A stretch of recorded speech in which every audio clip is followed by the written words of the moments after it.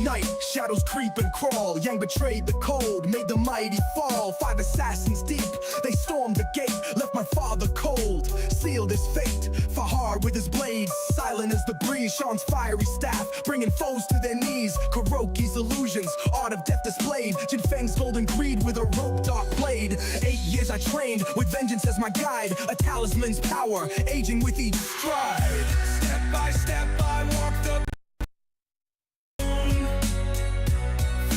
fury, breaking flesh and bone. From the shadows I emerge and see the legacy of Kung Fu lives in me. Through the botanist's lair, where poppies bloom, Fayar falls swiftly, meeting his doom. Sean's arena echoes with the crowd's roar, but his flames extinguished, he'll burn no more. Kuroki's gallery, a maze of light and shade, her illusion shatter under my blade. Jin Feng's tower built on lies and greed, her empire crumbles, brought to her knees. Yang awaits atop the mountain high, a final reckoning beneath the sky. Step by step I walk the path alone, fists of fury breaking flesh and bone. From the shadows I emerge and see the legacy of Kung Fu lives in me. Each death, a lesson, each life, a test. Aging warrior, but never at rest.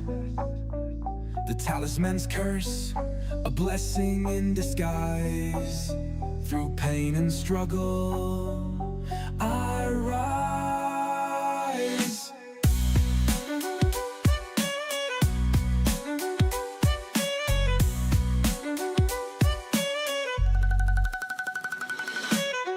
Yes, step by step I walk the path alone, fist of fury breaking flesh and bone. From the shadows I emerge and see the legacy of Kung Fu lives in me.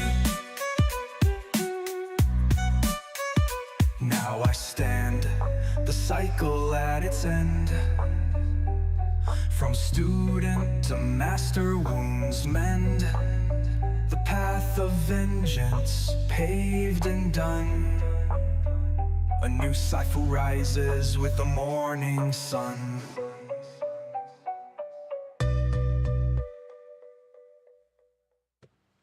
Woo! Greetings, fellow nostalgia warriors, and welcome back to Sifu. What up, though? Oh my goodness, what is going on? Tainted Fusion is good to see you. Hopefully everything is up and running. I have, oh my God, I'm going crazy. All right, let's see here.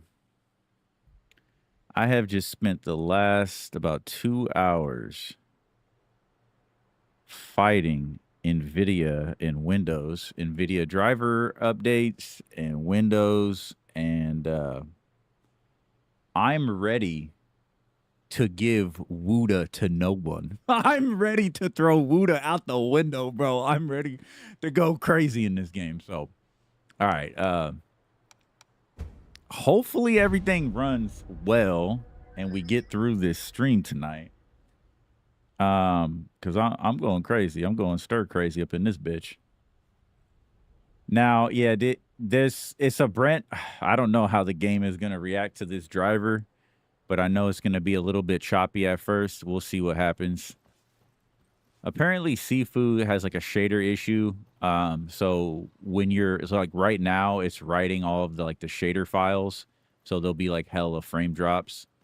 But after a level or two, after we run through the level once, it should be fine. All right, dude. It's been about a month since we played. And, oh my goodness. Okay. I'm going to take a quick break because I have not been able to take a quick break I have not been able to take a break in the last 2 hours. So give me a moment, my friends, and we're gonna get right back into it. Got a couple of a little soft announcements about that big upgrade coming. So you already know.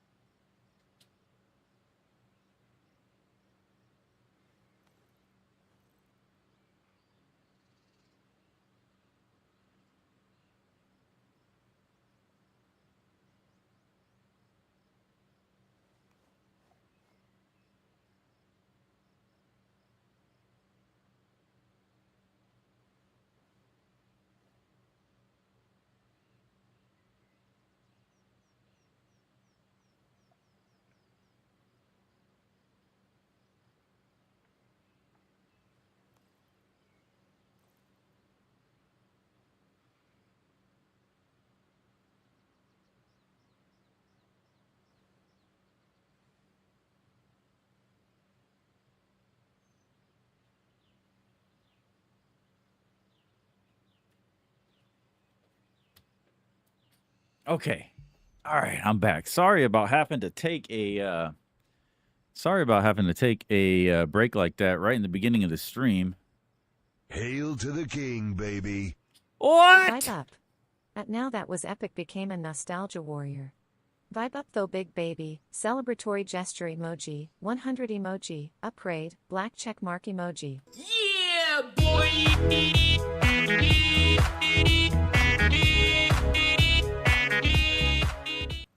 Yo, good to see you, man. Woo! Krivos, good to see you as well. What's up? What's up? What's up? I hope everyone is having a good.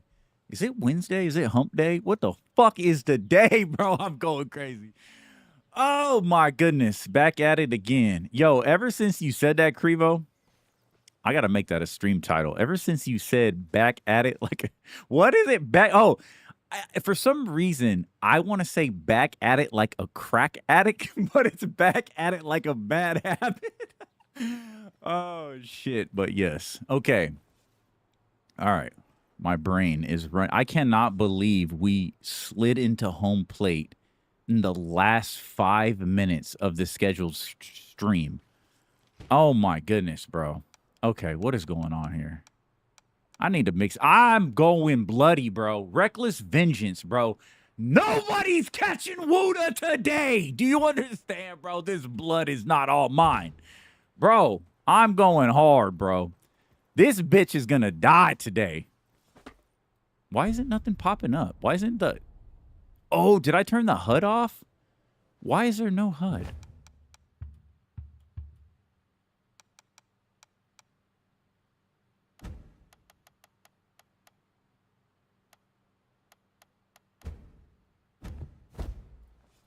Okay, I was tripping. What the fuck?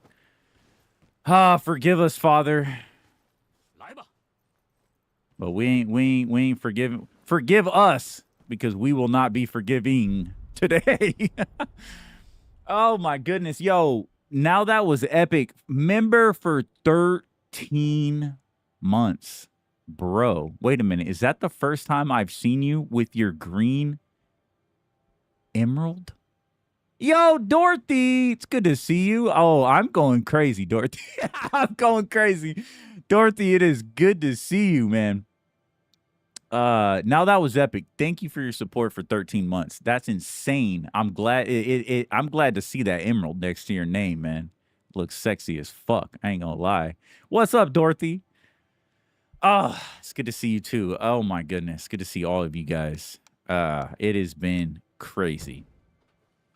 Sorry, apologies, no cam tonight. I'm just kind of getting back in the swing of things. And I figured this stream was going to have some issues, like always. But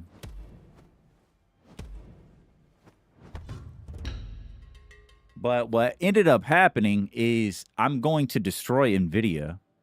I'm going to systematically destroy NVIDIA because they are destroying themselves. I don't know what is going on, but like, my God, bro. Okay, so for me to stream on this current setup, which this is probably the very last stream with this current setup.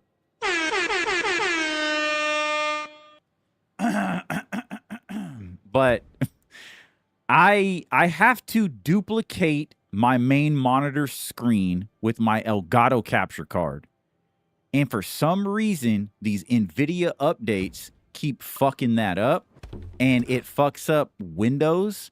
And so, like, on a Windows level, it will not allow me to duplicate my screen so you guys can see what I'm seeing. What am I doing here? And so, I guess the only way I know how to fix that is you have to use the DDU uninstaller. You have to completely scrape every, like, little piece of shit NVIDIA data off your whole damn system. So you have to use the DDU uninstaller, and then you have to reinstall it. Bro, I just spent 2 hours just jumping through flaming hoops. But we're here, and that's all that matters. All right, I gotta get I gotta get warmed up here. Now, the last time I played this game on stream was not the actual last Sifu stream on the channel. The last time I played this was during that Dead stream. And I think I played this for about an hour and a half to 2 hours. I don't know. But that was probably the best I've ever done with the tower with Jin Fing. I don't know what it was. I was completely relaxed. I wasn't overthinking anything, and I was deflecting everything. That whole level, I just kept deflecting. And I was playing around, and I was like, you know what, dude? Like, I had an epiphany that I had been playing like completely wrong the entire time. And I started to use deflect a lot more, and I completely destroyed Jin Fing. I completely destroyed her. I didn't beat her without dying or anything, but I'm pretty sure if I spend a little bit more time on the tower and Jin Fing, I'll be able to sweep through this level pretty quickly. I just have to dedicate myself to it. Yo, appreciate you, Dorothy. How's life? Oh, my goodness. Yo, Tainted, we are so back. Oh, Tainted, bro, we are not just back.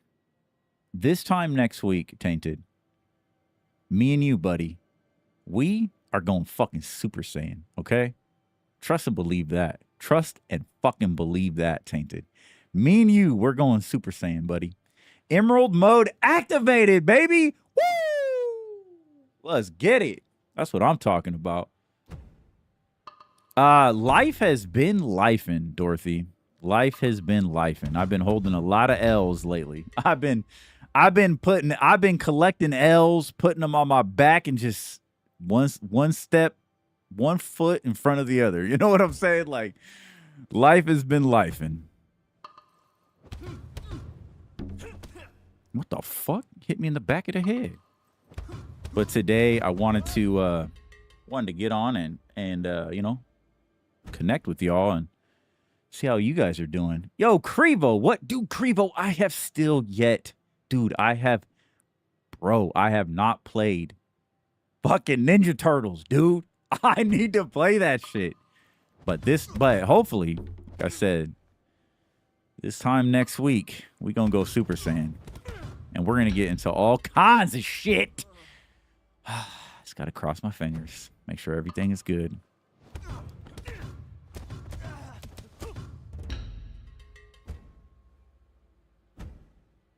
Is the game super loud? I have not ran any test or anything in a minute. All right. Man, fuck all this shit, bro. Give me Jin Fing, bro. Bring this bitch to me.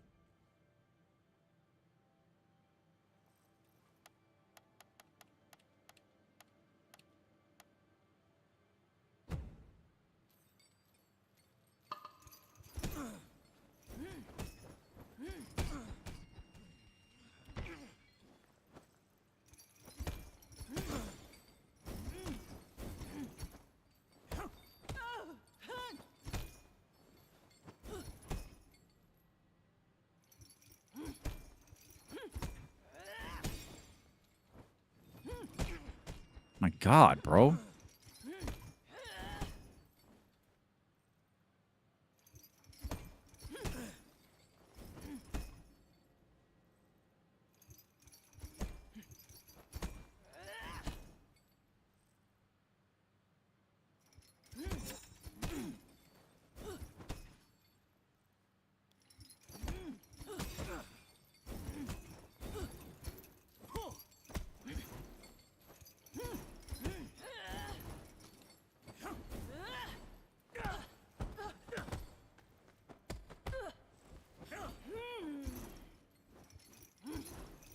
Bro, what is going on with everything? Like, I wanted so bad to do a TGIF rewind last week, bro, because there's been so many releases and bro, there's been so much going on in pop culture. I can't even keep up with it. I have like solidified myself as like I'm an old man. I can't even keep up with pop culture anymore, bro. There's too much shit going on. Like, I can't even keep up with the releases, the trailers. There's like things that, like, it's weird, bro. Like, I would have never, like, there's trailers I haven't even watched yet. There's like so much info on so many games and projects and stuff happening that I'm not even caught up with. Because I just don't have the time to sit down and go over stuff. But I'm definitely, dude, I really want to do a TGIF rewind. I think I'm going to try to shoot for it this Friday. For sure, for sure. Because there's so many things to talk about. There's so much going on. I need to check on chat. My bad. Yo, Dorothy, happy to see you live. Yo, thank you for being here, Dorothy. It's good to see you. Been busy. It's been so busy, and summer has arrived, and the fucking heat just has me drained. The last couple weeks, I have just been in pure fucking survival mode.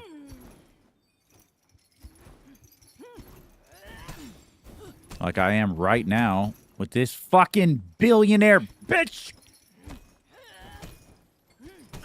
Ow! Stop hitting me on the head.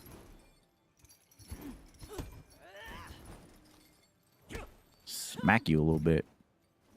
Smack you around a little bit. Ow, dude.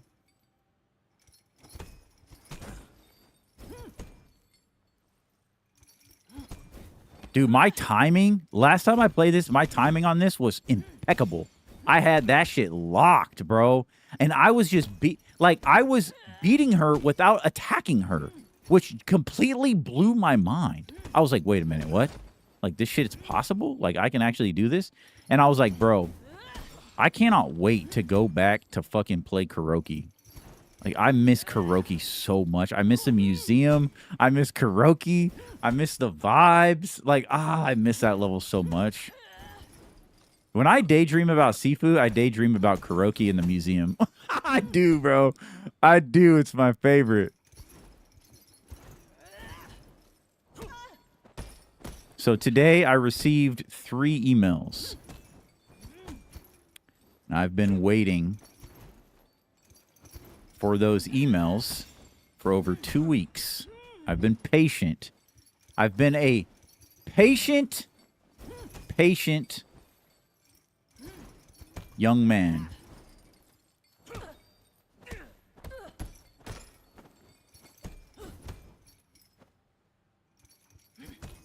Ow. Patient young man. Exhausted. Oh, I'm telling you.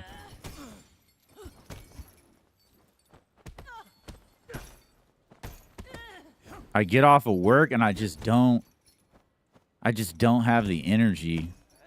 You know, I was gonna put cause like, man, like that's the whole point. Like, I want to get on stream and I want to vibe up. Like, that's, you know, obviously kind of the motto around here. But that's not always possible. But then in lies the challenge. That's the entire point, right? Because it's to challenge myself to vibe up in those moments where I don't feel like I can.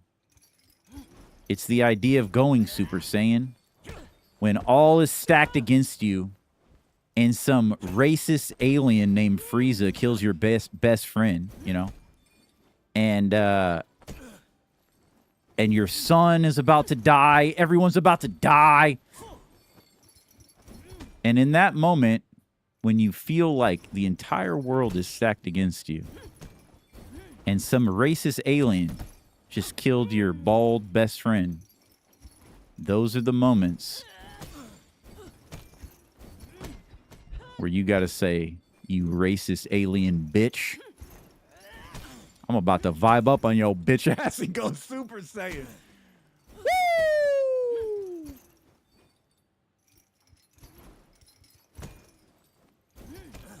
Bro. Okay, yo, I'll come back to you. I need to relax a little bit. I'll come back to you. Okay. My goodness. Where did that? Oh, Crevo, proud of you for pushing through, brother. Glad you're taking the time you need, and know we're here waiting for you the next nostalgia. Dude, I appreciate you, man, Crevo. I appreciate you for saying that, dude. I appreciate you, man. Hopefully everything's been good with you. All right, what am I doing? Okay. Why can't I just play arenas, bro? I cannot wait to beat this game. Yeah, man, life has been a bully lately, I'll tell you that much. And it just kind of sucks because like the last thing I want to do is get online or get on the live and just be negative. That's not what I'm here to do, but I don't know, man. I would definitely be live a lot more. I would definitely be live a lot more. Let's take a moment here. Why did this not look very pink on my screen? Oh, I did just do a new driver update. Maybe I got to redo my colors or something. I don't know.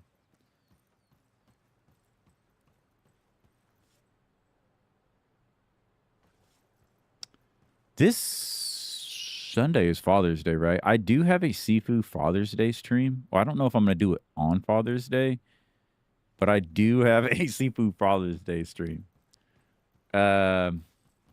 Hopefully I could do that. It might be on Monday, though. Because this weekend, my friend, there's something coming. It's been in the works for the last few months.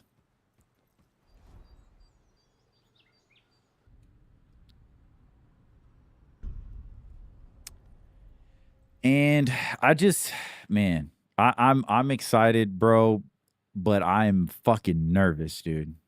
It's a big jump for me. It's a big upgrade. It's a big upgrade.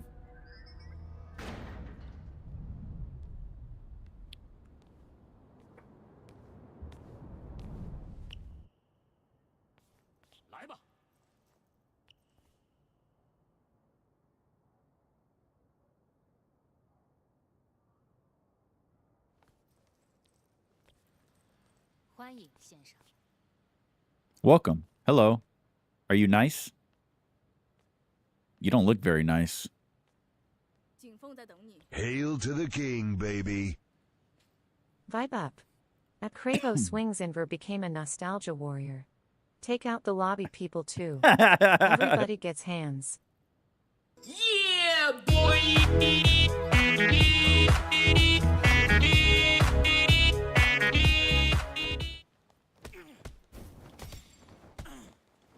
Bro, I'm pressing the wrong button.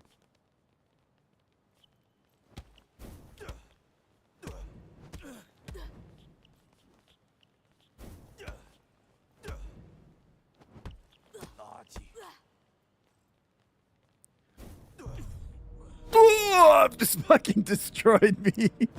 Okay, hold on. Everybody's catching these hands. Crevo coming in. Member for 16 months. Bro, I cannot believe it's been that long, bro. I'll take the blame for that. No. I'm trying to, like, my thing, especially, like, I'm trying to focus on deflecting. I really need to build my deflect muscle memory. And I keep forgetting that I don't have the default. I don't have the default, I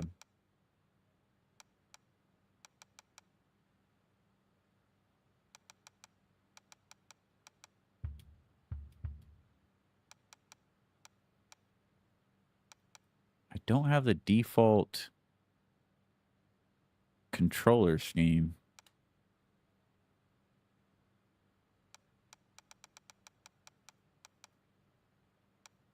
Throw weapon. So it's, yeah, it's R2, right? Launch focus attack.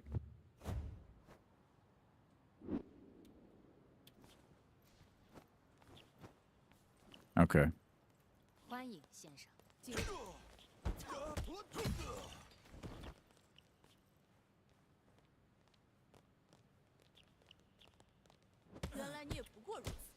Dude, I keep pressing L or R1 because I think that's the default.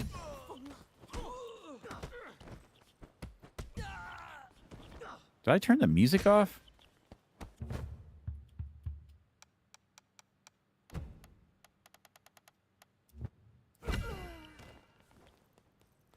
Okay. All right, so break the ice, man.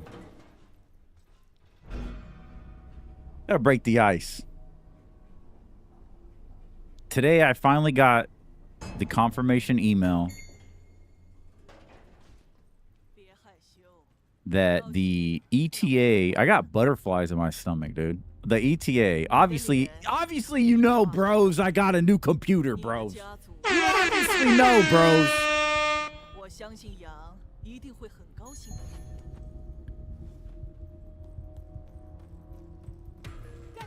We about to go Super Saiyan up in this bitch. We about to go 4K ultra settings. We about to get butt naked up in this motherfucker. You already know that shit. Try to hit me from behind. Your little homegirl gets it first.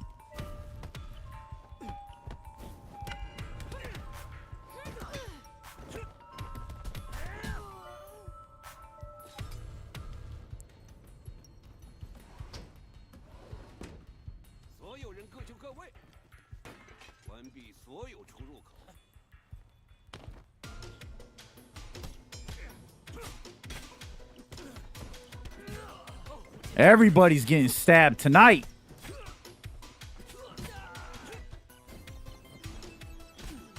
You want to get stabbed too, big boy? Oh, shit. Ah!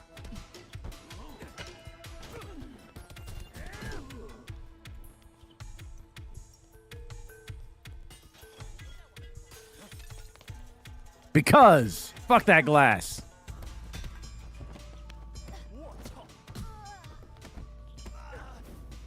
Woo, that was clean.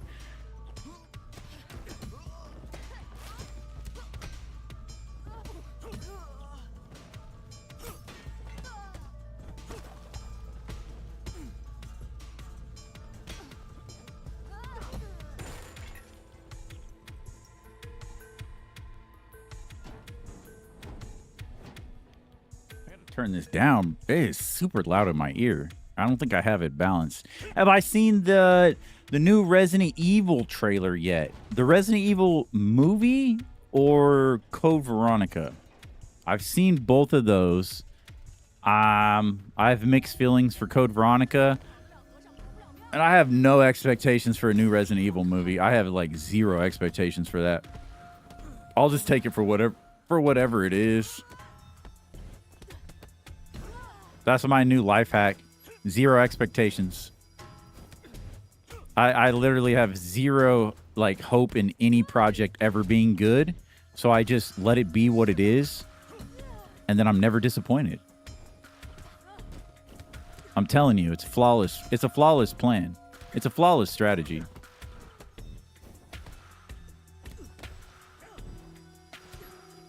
Just expect the worst and take it for what it is.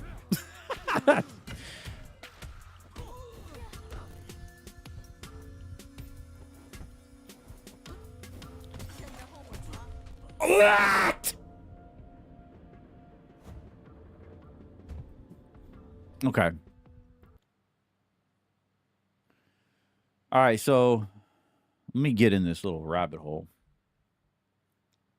It's about Claire Redfield.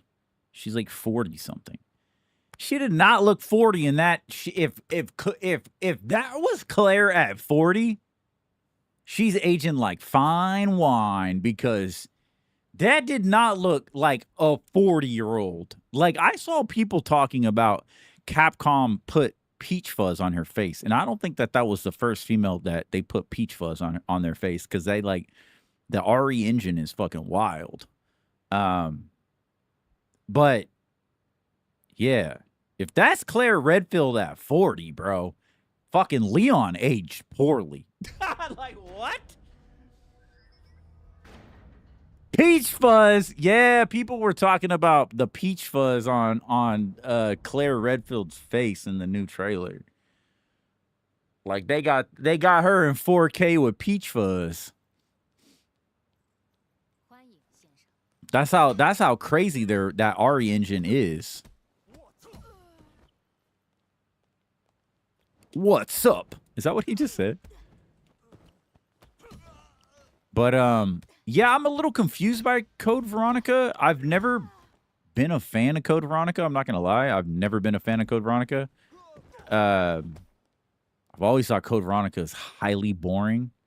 I used to watch Case One play it a lot back in the day when we were young. He used to play it, but that was more or less like his Resident Evil game. I never got into it. I just like the Laffy Taffies, or I call them Laffy Taffies. I don't know what they are. Those stretchy yellow guys.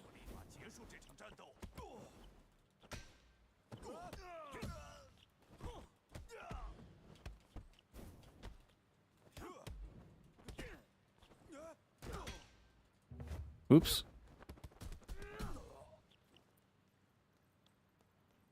But yeah, I'm just kind of confused on it. It like, from what I saw, is it looks like they're making it first person. I think they're gonna switch Code Veronica into a first person horror. And you know what? Like, I honestly, like, I haven't spent a lot of time thinking about it, but I think it's the right decision. Because I initially saw that once they showed, like, it was first person, and then it was first person, and then it continued to be first person until the very end. I was like, yeah, they're making Code Veronica's first person. But you know what? You know why I think they're going to do that? Is because they're going to focus more on horror, because, and this is going to be a tough pill to swallow for Code Veronica fans, but Code Veronica is one of the worst Resident Evil games of all time. That shit is so fucking boring. And I think they need, I think they know that. That's why it's never been really ported or remastered or anything like that. It's just because, like, yeah, it has its fan base. Obviously, if you're a fan of Claire Redfield, it's probably one of your favorite games because it's like her game. But Resident Evil Code Veronica is got to be one of the worst one of the worst Resident Evil games. And I think if they changed the direction and made it first person and more horror instead of whatever the fucking original game was, I think that's a better recipe.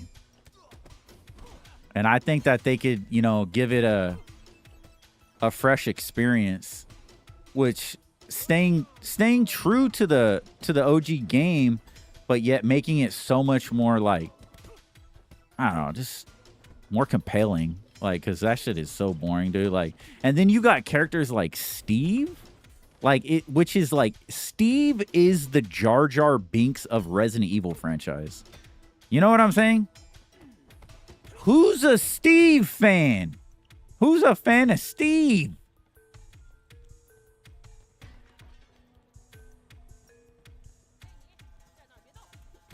I feel like I have to yell over the game.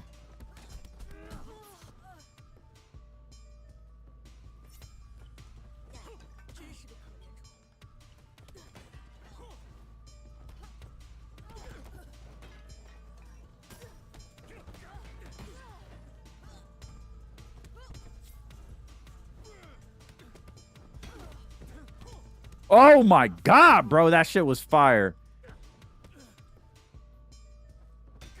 Bro, have you guys seen that? Like, talking about fighting, that there's that movie called The Furious. Oh my god, that martial arts movie.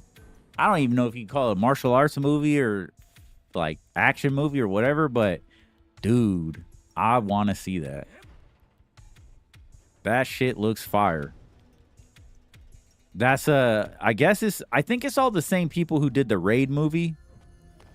And also, if you've never seen it, it's called The Night Comes For Us. If you've never seen that movie, if you have Netflix, check to see if it's on Netflix still. It's the same people. It's the same people who did the Raid. It's ultra violence, like crazy fight scenes. Like, I'm talking Sifu on steroids, rated R, probably rated X in some countries. And it's on Netflix. It's crazy, bro. What? He just slashed me. All right. I'm getting in the zone, though. But yeah, The Night Comes For Us.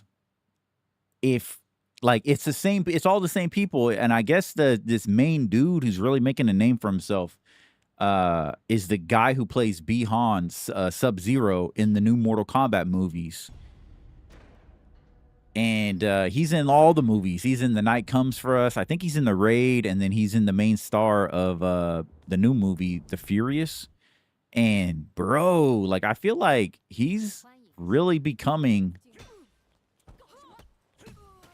like the next, you know, like crazy action martial arts star that like we've all been fucking craving for since Tony Jaa.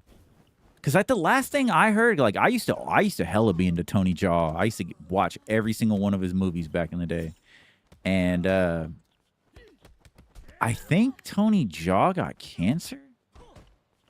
I don't quite know. I think he got sick.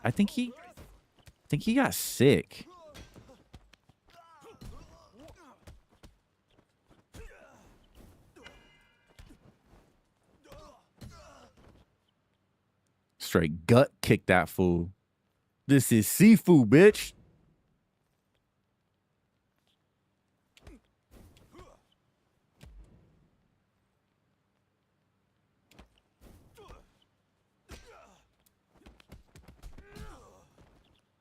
Fuck your papers. Oh, man. Yeah, I don't do. There's so many movies, so many games, dude. We got to talk about so much. There's so much to catch up with you guys on. Like, bro, the PlayStation event was fire. Like, for that whole week, I've literally had a PS5 Pro in my shopping cart. Almost like I've been ready to buy that bitch for the last, like, since that PlayStation, I don't even know what they're called, bro. PlayStation. I can't keep up. I think the gaming industry is stupid for getting rid of like E3. Like the fact that they don't get together, because like the last 2 weeks, bro, they've released so many game trailers and game announcements. It's like, bro, this used to be E3. We used to be a proper society. We used to have E3. And it used to be the best thing to look forward to every fucking year. The hypest event ever. And now all these companies just do them individually with like next to no hype behind it. It's fucking boring, dude. Hopefully, like, they'll get more entertaining as time goes on. But I don't know. Like, these just like, oh, I'm going to go live and drop, you know, a handful of trailers, and then that's the event. Like, this sucks, bro. Bring back excitement. Yes, bring back the booth babes. I know that's a touchy subject for some people, but damn it, sex sells, bro.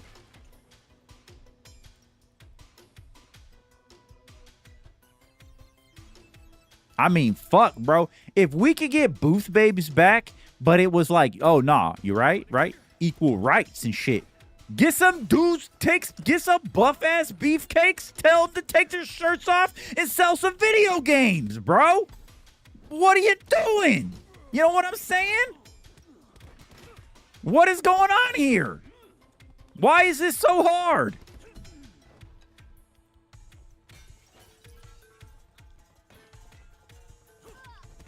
You know the one thing I never understood about the whole booth babe thing? People that are like the majority of people against booth babes and the idea of booth babes or the philosophy of booth babes, those are the same people that are pro sex work. Let that sink in, bro. That makes no sense.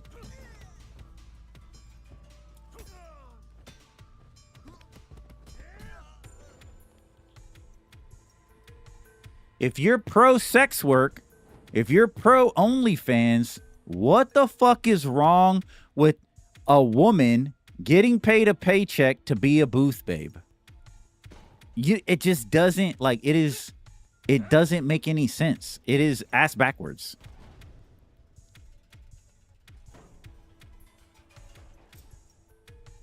Okay, my bad, Dorothy. I'm sorry. Ever since I moved my OBS, I'm so bad at reading chat. Claire is like 47 when RE9 came out. Claire is not 47 years old, Dorothy. There is no way. What are you talking about? No way. Is this true? Really? She's not, dude. She's like early 30s in that video.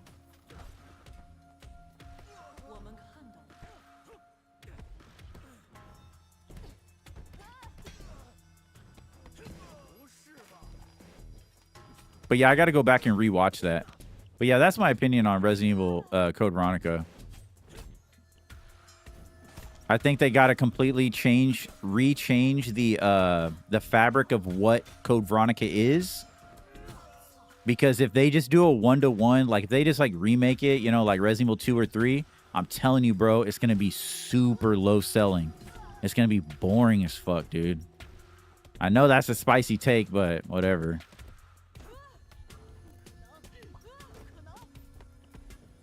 Like, dude, Code Veronica is not Resident Evil 4. It's not going to sell like Resident Evil 4 remake. It's not, dude. I mean, maybe, like, they're in a really good position because people are in love with Capcom and the Resident Evil franchise right now. Like, I feel like Capcom really, like, Resident Evil can't really do any wrong right now. They could start trending the wrong way. Like if this movie is absolute fucking ass, which I think it is going to be once you understand the production of the film, it's got warning signs all over it that it may be a decent movie, but is it going to be a good Resident Evil movie? One thing you have to understand about this upcoming Resident Evil film is that this was never created as a Resident Evil film. Yo, oh, I forgot about her. Damn it. I hate this lady.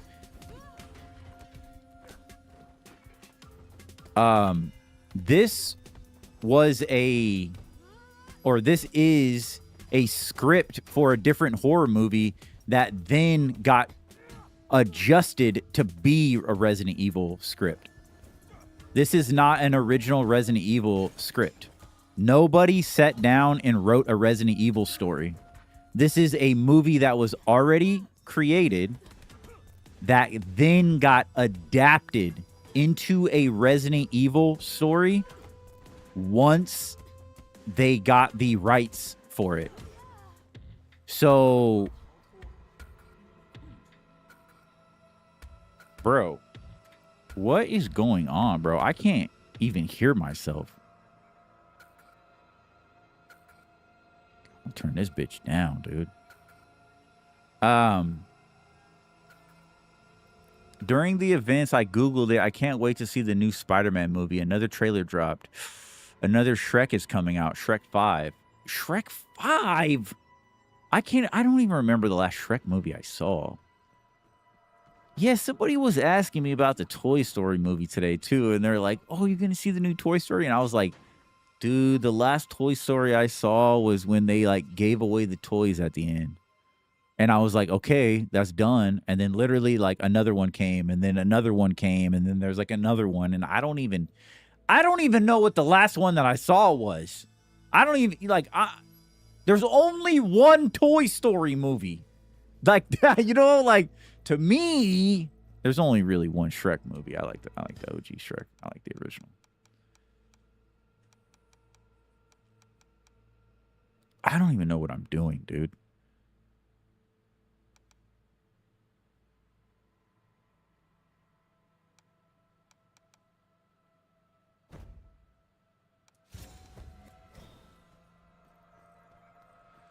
Yeah, I got a lot of bad takes. I am not a fan of Tom Holland or Zendaya. Like, I'm just like, I see a movie they're in, I just run the opposite direction. I've talked about it. I've talked about my hatred for Tom Holland before on the channel multiple times. It's just I got nothing against the dude personally. It's just I can't stand looking at his face, bro. Like, oh my god, bro. I can't stand him, dude. And like Tom Holland and Zendaya are like, I will say, like, from what the times I've seen Zendaya in movies, which is very, very little, because like I say, if I see her in a movie, I'm not watching it, even though it may be good. I don't care. But like, she's decent, I guess. I don't know. Like, I wouldn't, like, her acting wise, like, I think she's a good actress, I guess. She's an actress. Like, she could play roles, you know. Tom Holland is just Tom Holland. I've never seen him be a different person. I'll tell you the time when I made my decision to, like, when I was like, bro, I'm never watching a Tom Holland movie ever again, is when I watched Uncharted. He was literally just Tom Holland. Like, Nathan Drake is not in that movie at all. Nathan Drake is not in Uncharted. It's just Tom Holland. And it's disgusting. It's disrespectful. It triggers me beyond belief as an Uncharted fan, as a Nathan Drake fan. Even as a Naughty Dog fan, I'm just like, bro, what the fuck is this, dude? Like, what's his name was okay. Like, what's his name? Mark Wahlberg was fucking, what's his name? It was kind of like, I was like, and then he has a mustache at the end, and I'm like, okay, like, let's go on an adventure, bro. I was like, okay, like, but Tom Holland just, it is like, Tom Holland is the epitome of Dollar General Hollywood. It's like, you're like, if I'm watching Tom Holland, you should be like giving me a free popcorn to watch your movie. You're not gonna charge me to watch your art film, or your, like, you know, your local art film. That's how Tom Holland is, dude. Like, Tom Holland is like local actor type. You're gonna have to, like, give me a free popcorn for me to even think about watching that movie. I don't know, dude. What is happening?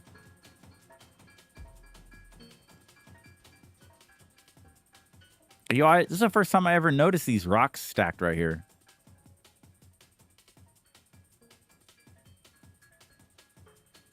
Oh, there's more. What the hell? What happened?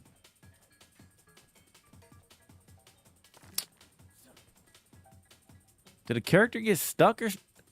Get down here! Oh my goodness. Oh my god, I kicked the rocks! Get down here, lady! Oh my goodness. But yeah, I know that new Spider-Man... And I'll be honest, dude. Like, I heard a couple... I will say... I've only seen the very first Tom Holland Spider-Man, and it was atrocious, dude. And it's crazy, bro, because like as a Spider-Man fan, I'm talking like I've grown up my whole life Spider-Man above everybody until I became an adult, and then I realized that Superman is the better character. I love Peter Parker, I love Spider-Man. I love Spider-Man. But Superman is just it's just more adult oriented. But as a Spider-Man fan, I honestly, dude, I felt like I got done watching that Spider-Man movie, the first one with Michael Keaton. Oh my god. And then see, you're talking about three actors I despise. You have Tom Holland, Michael Keaton, and Zendaya, whatever. Like, bro, I'm not paying to watch that shit. Like you need to pay me to watch any of those people. Because it's not entertainment. It's like working. It's a chore. You're forcing me to do something that is grueling and painful. You know? That's the way I view it. And so like I'm very finicky and a bit of a, I guess, a prude ass bitch, a stuck up ass bitch when it comes to Hollywood. I'm not watching all these actors. Like I'm not gonna eat the slop just because it's in front of me. That's just the way it is. If you guys want to cast slop, enjoy your slop. I'm not gonna fucking watch it. When you guys go back to like casting good actors and people that are just, I will say, attractive to look at. Like if I'm paying for a movie and I'm sitting here looking at these people, I want to at least be entertained to look at attractive people. You know what I'm saying? Like, why am I paying to watch bad actors who are also ugly? Like, I just don't understand it. Like, you got me fucked up. Like, what? Like, we're living in the upside down here. What in the Stranger Things is happening? Am I in Hawkins? What is happening? You want me to pay to watch bad actors that are ugly? What? What?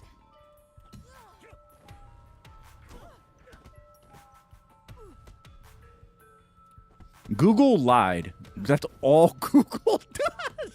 Welcome to the Nebuchadnezzar. Welcome to the Nebuchadnezzar. I am Morpheus. Let me walk you down this let me show you the real world.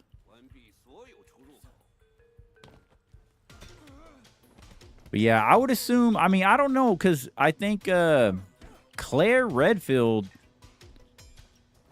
where is Camping Sasquatch? She knows all of this stuff. She is the Resident Evil lore keeper. But Claire, I don't even think Claire was 21 in Resident Evil 2, was she? She was young. Because she's the young sister, so she's not as old as Chris.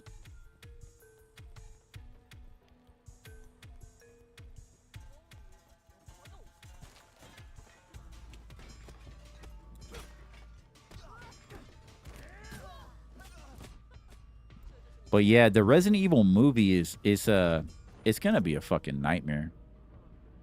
I think it looks fun though. Like I think it'll be like a. The one thing Capcom said though is when they gave them the rights, like, yeah, you can make a Resident Evil movie. The fact that Capcom didn't force them to like. The fact that Capcom didn't say, well, yeah, okay, all right, if you're gonna represent Resident Evil, then you have to tell a certain type of story. What's interesting is that they gave them the rights to do the movie, but they told them that it can't be in the same universe or something like that. You can look it up online. So it's not the same. It's not even part of the game's universe. It's just its own thing. Which is like, what are we doing? Why are we making a Resident Evil film in 2026, 2027 when it has nothing to do with the games? Like, what are we doing? Like, haven't we learned from all this?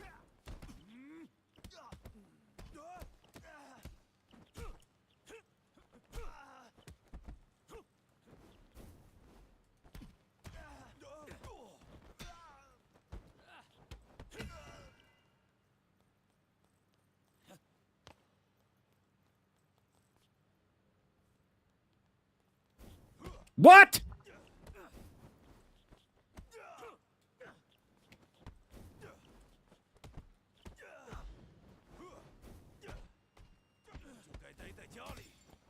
Oh my God.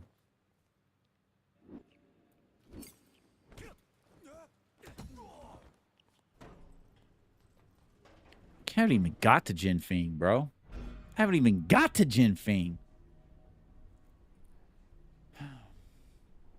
But yeah, I have a feeling that's what that's the disappointment. That's the disappointment people are gonna realize is like when they go and see Resident Evil, they're gonna expect it to be they're gonna expect it to be one thing. And it's gonna be like this, it's gonna be like a Resident Evil art house, like art film. I'm telling you, dude. It's gonna be a mess. Because it's not a Resident Evil script. It's not a Resident Evil story. It's a horror movie that has Resident Evil elements injected. Like, it's like they just like a fucking what? Like a syringe. They're just gonna inject Resident Evil elements into the thing. And you know what? And this is how you know the movie is going to be a fucking disaster from a Resident Evil perspective. Will it be a good zombie movie? I think it will be. I think it'll be a better zombie movie than a Resident Evil movie. And this is how I can tell you right here, bro. One of the things, and I don't know if this was the director, Zach, whatever, but one of the things they said is that they were kind of marketing themselves as is like, yo, we got the Resident Evil vibes. Somebody said something in the interview where like they said, yo, the movie has so many Resident Evil elements. We literally have full scenes filmed in first person. That's what they said. It's like, wait, what? You what is this, Doom? You're going to create Resident Evil vibes by filming first-person scenes? What? Like, that's Resident Evil 7 and 8. Nobody likes that shit in comparison. Nobody wants first-person Resident Evil scenes in a Resident Evil movie. That's not that's first-person shoot. Like, what? That just shows you how out of touch, bro. It's going to be just a hodgepodge of just Resident Evil elements, random Resident Evil elements all throughout the franchise, sprinkled into an already baked cake. That's what it is, dude. It's gonna be a disaster. I'm interested to see how people take it, because I have a feeling it's going to be the first crack in the modern like Resident Evil fandom. How everybody is just sucking the dick of fucking Capcom. And like I said, I feel like we're kind of in a position where people are acting like Capcom and Resident Evil can do no wrong. It's like, oh, do you guys not know who Capcom is? They could do lots of wrong. But we'll see. We will see. If the movie sucks and Code Veronica falls flat, that'll be the first major chip in the in Capcom's armor. But there are reports of a Resident Evil 5 remake. That's just going to be a banger. Dude, I remember, like, dude, I was following Resident Evil people, like, they called it, like, about 3 years ago. I think it when Resident Evil 8 first came out. Yeah, before Resident Evil 4 Remake. But yeah, right. Resident Evil 8 came out. It was, they were already saying, because there was leaks. There was some sort of internal leaks or whatever. And they said that, like, one of the next major Resident Evil games is Resident Evil Code Veronica Remake. That was at least a couple, 3-4 years ago, whenever 8 came out. I still haven't even played 8. I bought that shit and haven't even played it, bro. Do you not understand how many full price AAA games that I have purchased I haven't even turned on? Because I'm waiting to stream them. I want to stream them as my first experience, you know what I'm saying? Like on the channel. I don't want to like replay it on stream. But after this Saturday, fingers crossed, if all goes well and everything is good. Oh boy. Oh boy. Are we getting butt naked and having ourselves a grand old time?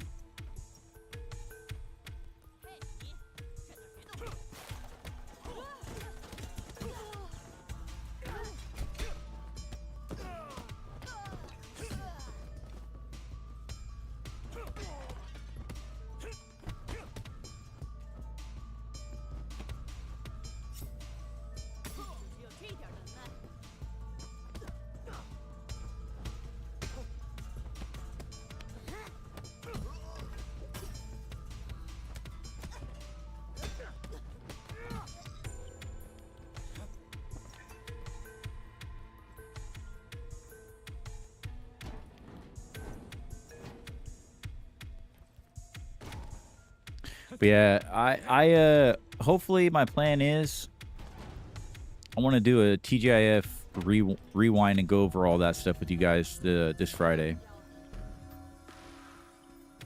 Either that or I do have Marvel's, I keep forgetting what it's called. The 2D Marvel game, the Cosmic Invasion, I think. I have that ready to go. And I want to play that. So we'll either do a TGIF rewind or invasion. I'll let you guys choose. I'll post a poll tomorrow or tonight. You guys want to talk movies and games? You guys want to play some Marvel? Bro, I haven't even gotten to Jinfing. What is wrong? What is wrong with me? What does the stream look like? How is it going over here? Looks good.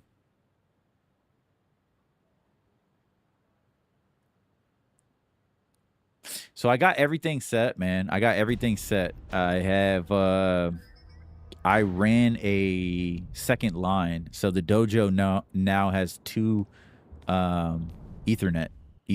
So I have the Ethernet plugged into the streaming laptop. So we got the strong internet signal. That's the main one, 2.5 gigs on that Ethernet cord. And then because I just found out the other day that my stupid fucking Xfinity box, when you're using Ethernet, there's only one port that gives you the full speed. There's like one major high-speed port, and that's the 2.5 gigabyte, I think. But I thought I could run that with, I think, what is there, 4 or 5 Ethernet ports on the router or modem. I thought that was for every Ethernet port, but no, that's only for one. So I hooked up my second one, which will be for the gaming PC. The new gaming PC. And so I'm going to have that hardwired now. So the gaming PC will have a strong, stable 1 gigabyte connection. And then the streaming laptop will have the main connection for stability on the stream. And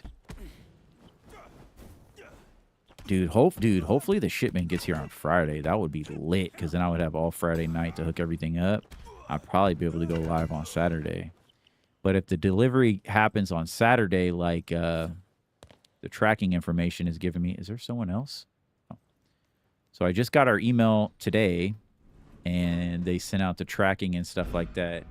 And the delivery says Saturday. So fingers crossed, dude, because the delivery was supposed to be here over a week ago. And I've just been sitting here twiddling my thumbs, like wanting to stream, wanting to play certain games, and I can't.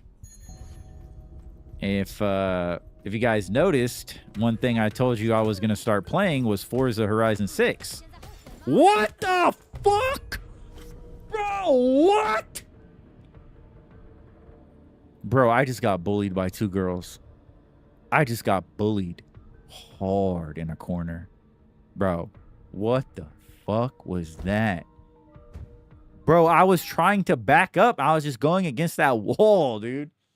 No. Yo, Tainted stream's doing good. That's good. That's good. I know. I think the colors are messed up, but it is what it is.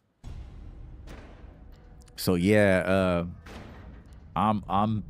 so yeah, I was saying I was gonna be streaming Forza Horizon 6. Well, long story short, my good old PC, my good old 2080 Ti,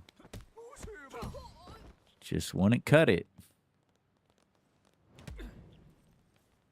And like my 2080 Ti, like, I love my PC. Don't get me wrong, dude. I've had this PC for 6 years. And when I was saying that last week was the end of an era, I had a stream all planned. And I mean, I've had a couple streams planned the last couple weekends, and it's just has gone to shit every fucking time. And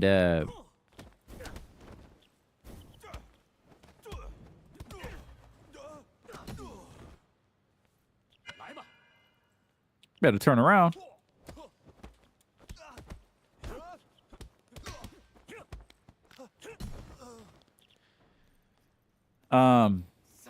So I got Forza Horizon 6 and I got the new James Bond game. I pre-ordered both of them. I've been looking forward to both of them for over a year. Right? I mean, I've been looking for, like, I played this shit. When I bought all my sim gear, I fell in love with Forza Horizon 5. I fell in love with it, dude. Like, it was there for me during a really tough time. And, like, that was, like, my comfort game for a while. And I played Forza Horizon 5 every fucking day for a while. Long time. And I fell in love with the game. It's just relaxing. Like, I wouldn't even race. I just drive. Like, I just like driving in simulators. It's just it gets my brain off of shit. I could just turn the world off and just relax. And one thing that I told myself was like, well, for one thing, like, after Forza Horizon 5, like, I'm now a Forza fan, because Forza Horizon 5 was my first Forza game.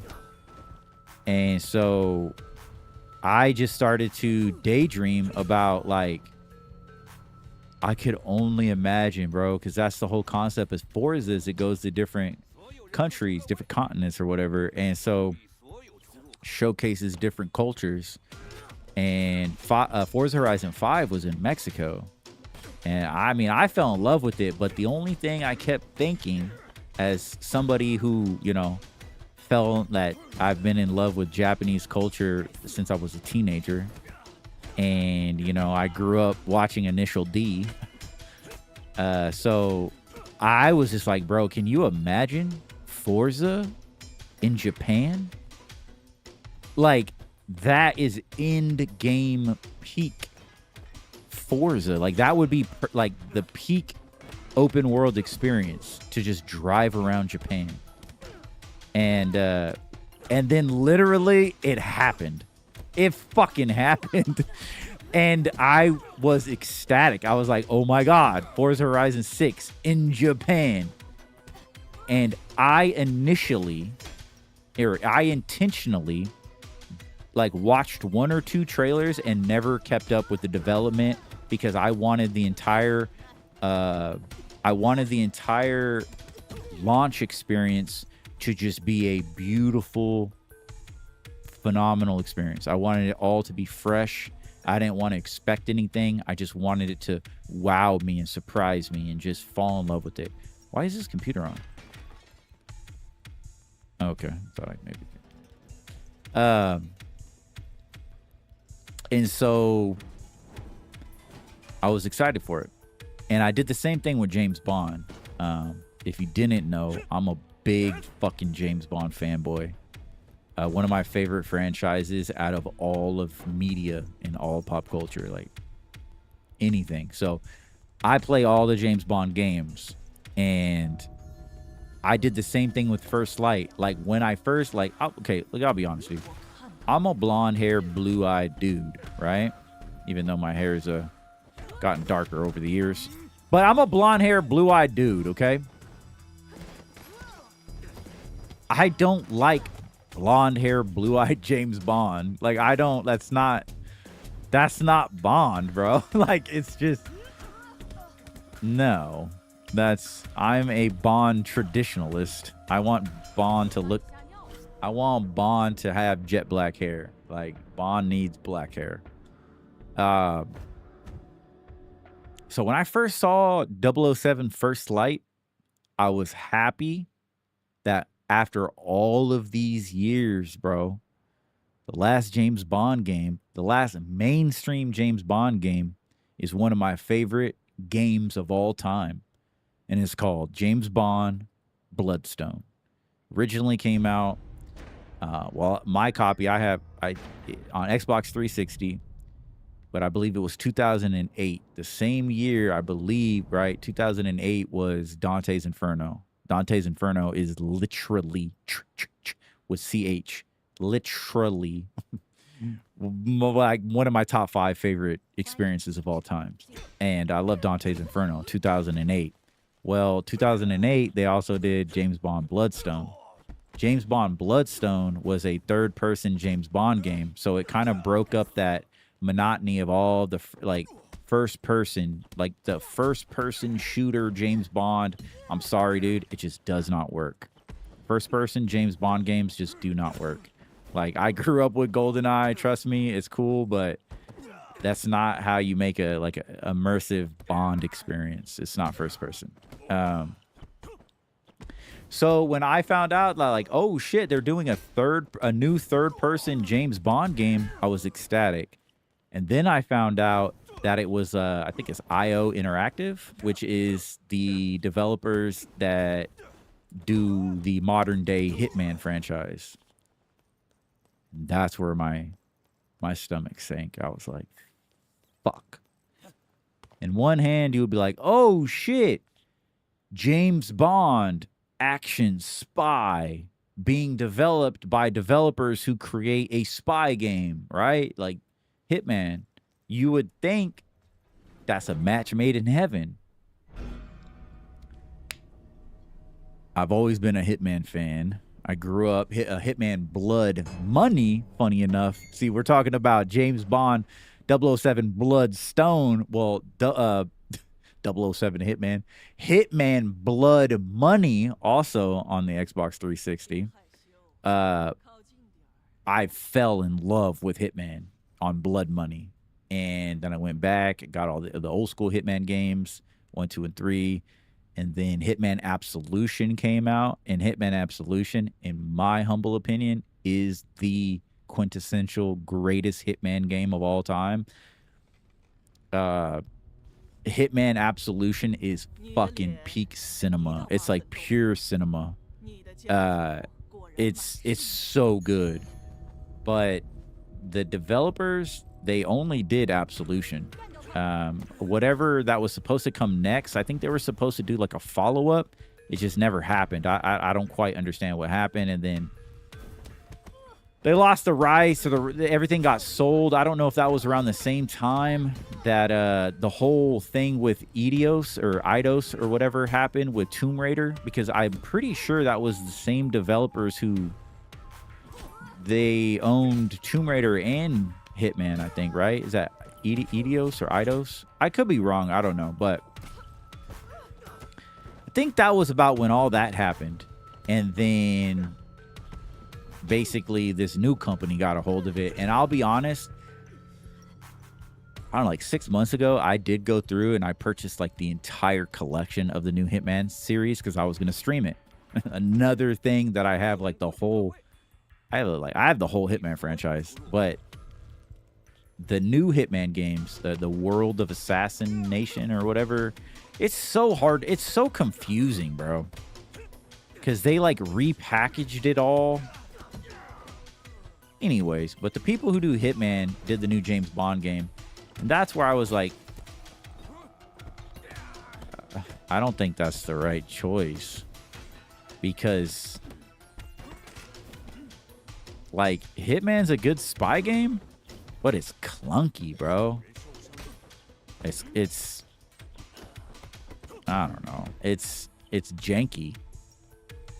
And so that kind of scared me because I was like, bro, you need Bond to be extremely fluid. You need like peak cinematic cutscenes. Like not cutscenes, but like action scenes, stuff that's happening on screen. Like you're talking Bond, bro. This isn't Hitman. This isn't a video game franchise that you could just like get away with an attempt at doing a new Hitman. No, this is James Bond, bitch. Like if your shit's not peak cinema, get the fuck out. Like there's you can't fuck up James Bond. There's no room for failure. You know what I'm saying? So what the fuck? I always forget about that. So I was pretty scared. I watched one trailer and like as a Bond fan, not happy with the look of Bond. As a man that has blue eyes and blonde hair, like I said, I'm not one of these people that I don't need my video game characters or my movie characters to look like me. I'm not one of those people that like I need to be represented. No. I don't want James Bond to represent me. I personally don't, like I said, I don't like the blonde James Bond. I'm a fan of Daniel Craig. I think so. I think Daniel Craig has like one of the best runs. Like his movies are great. But obviously, bro, we got murdered by a fucking blade again. I just got ganged up on. I know, bro. I'm getting beat up by girls tonight, bro.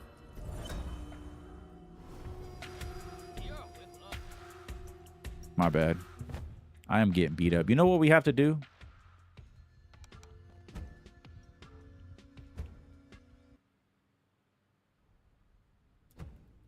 If you can't beat them, join them. If you can't beat them, join them. So I was extremely nervous about James Bond. To be honest, I didn't like anything I saw. Like, to be honest. I saw like a lot of the casting and shit. I'm just like, here we go again, bro. It's like, what is this? What is this, dude? But I used the same tactic. I used my modern tactic where I watch like one trailer. I make my decision. Obviously, I'm a Bond fan. I'm gonna play the game. I'm gonna try it, you know? So I did the same thing. I just didn't watch anything.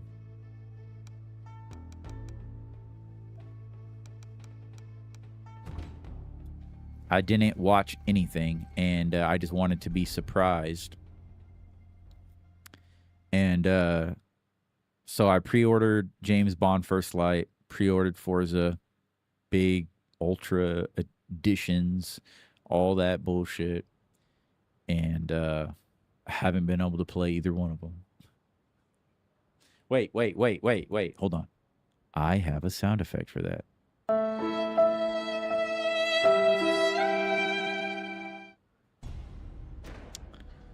Yup. I've been sad boy over here. Sad boys. What are the motherfucking what is the fucking What do the emo kids call themselves? Sad boys? I've been little peeping. Been a sad boy.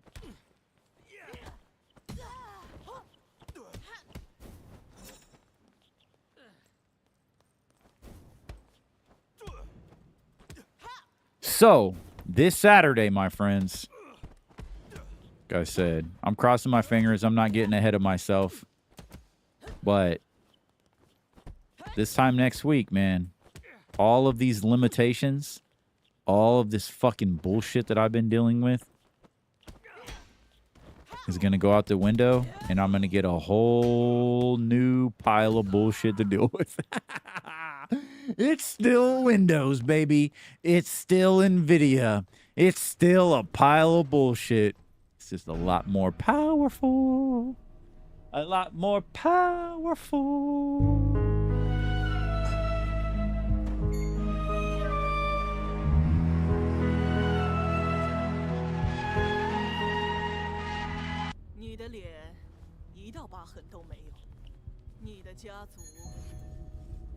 Shut up. Why did they get scared at? Why did the side girls get, like, spooked by the main one? That was weird. I just noticed that. Damn, that was a nice kick. Cut you white. What? Just stab you while you're on the ground. That'd be fucking brutal.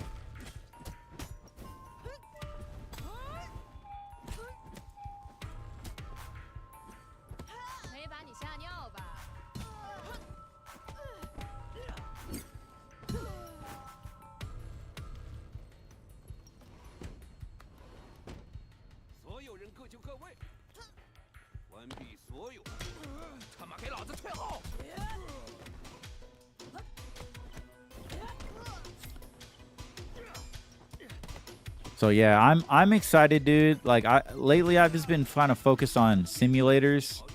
I haven't been playing anything. Besides, I've just been playing a little bit of Microsoft Flight Simulator 2020. Just kind of waiting on the delivery, you know what I'm saying? I've been patient. One of the reasons I haven't streamed much is, like I said, I've just been sick of the fucking technical difficulties. And I don't like, I know it's like cheeky and funny and whatever, but like, bro, technical difficulties is not a character on the stream. You know what I'm saying? Like, I'm tired. Like, I want to go live for like 6 months straight and just have banger ass fucking, like, let's play through some games. Let's fucking, you know what I'm saying? Like, let's go on some adventures and do some shit. Not fucking, let's fucking spend fucking weeks figuring out driver updates and let's how to fix this and do this. And it's like, bro, it's just insane, dude. But I mean, to be fair, it's like none of that's gonna just go away. You're still dealing with PC and Windows and the same bullshit. The only difference is one thing that has obviously held me back is it's the 2080 Ti. It's the graphics card. Basically, any game released 2026, I can't run. I could technically run like Forza Horizon 6, but I would have to play it in like 1080 at 50 frames. And I'm sorry, I'm not. It's 2026, and I know this is first world problems, but I'm not playing games in 1080, bro. Like, what? I'm sorry, bro. Like, I work fucking my ass off. I work way too hard to play video games in 1080.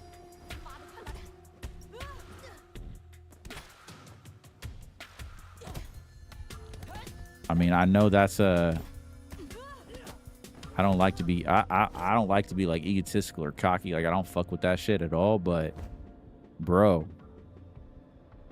it's like I want the car to drive. You know what I'm saying? That's all I want. I want the computer to compute. And I've just been fucking fighting this fucking computer for the last 2 years just fist fighting this bitch in the ring. It's the 12th round, motherfucker. It's the 12th round. I'm ready to knock this bitch out. Oh, I'm going crazy.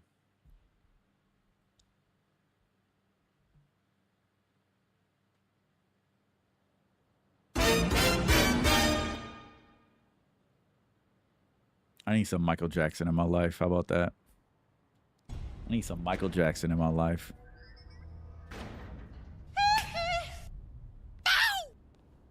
All right, I feel better. I forgot all about my soundboard, bro. Oh. But yeah, so in a very simplistic way, the way I have to stream on this setup, so this dual PC setup with this 2080 Ti, like the way I have it configured right now is that I have to duplicate my monitor with my Elgato graphics card. So that's what you guys are seeing, a duplication. So 2 screens become 1. Well, I learned that by doing that, I actually induce latency. Well, there's always latency on Windows. Latency is Windows is garbage when it comes to latency, and that's something I've learned in the last like 2 months. Oh my god. Oh my god, bro. That fool said equal rights, equal fights. Oh my god. Bro, I suck tonight, but I'm having fun, bro. I know it is what it is. So basically, I have to duplicate the screens. And what happens with that is, yeah, it works. But what I didn't know is basically, for one, it introduces input delay, right? So in a game like this, when I'm pressing my buttons on my controller, you're talking milliseconds. But yeah, there's a little bit of a delay, and I never realized it until I started like comparing it, and I was like, whoa, there is a delay. There is a little input delay. And another thing is that there's also a performance dip because of the computer is rendering the 2 screens like as one or whatever. I'm basically losing frames. So by using this technique or strategy, by duplicating the screen and in having this 2 PC stream setup, the way that I have it is basically I'm losing performance, and I have that input delay. So I did my research. Now I found this out, what was it, like 3 months ago? And I started researching, and I went down a whole new rabbit hole.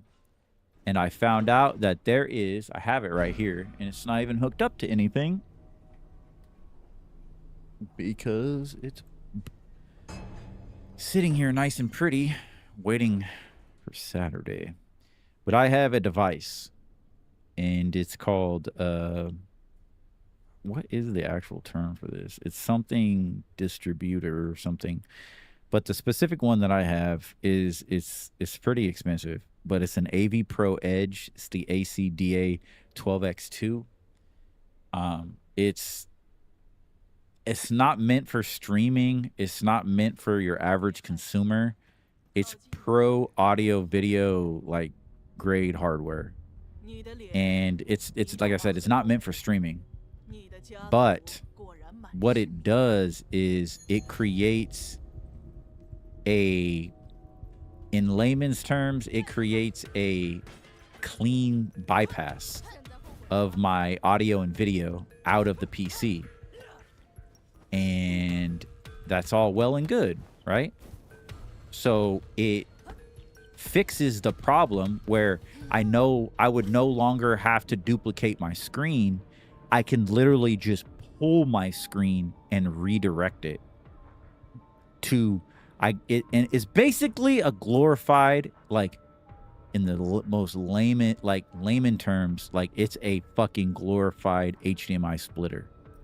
But it's not just an HDMI splitter. But that's what it does, is it takes a feed, and then it takes that feed. Mine's a 12x2, so it has 2 outputs. I could direct the feed coming out of the graphics card into 2 directions. One, to the monitor that I'm using. The second one, to the capture card, which is to the OBS broadcast that you guys see. All of this is well and good, and it is that simple. It's an expensive little piece of fucking thing. It's expensive, but it's that simple. The problem, like I say, anytime I find a solution, there's always a huge caveat.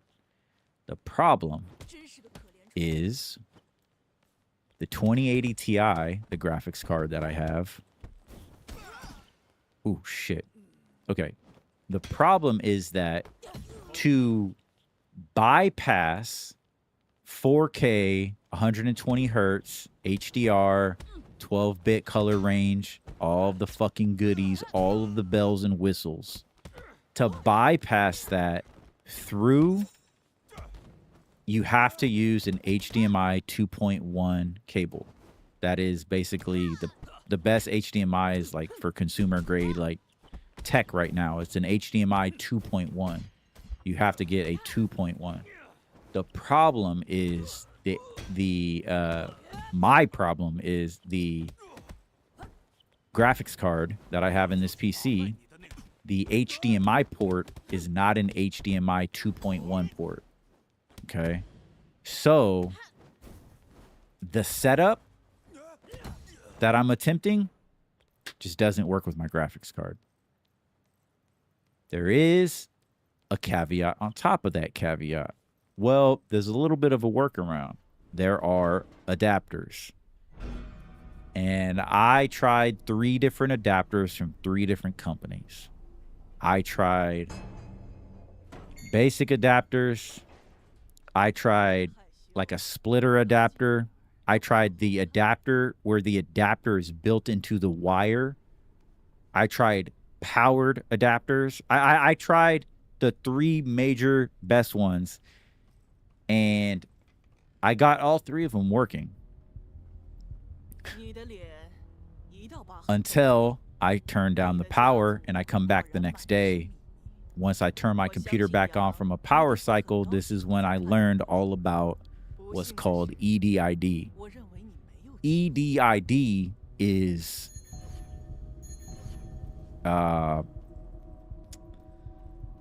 it's the ID that the graphics card is sending out. So it's, bro, I don't know. It's so fucking deep, bro. I got into the weeds for fucking like a month straight with this shit. And I had just all like I had everything working when I streamed. The one and only stream I did using this AV Pro Edge was the last stream I did, which was that one game that's like Sifu, Death, Disco is Dead or whatever, which is a phenomenal game. I can't wait to go back.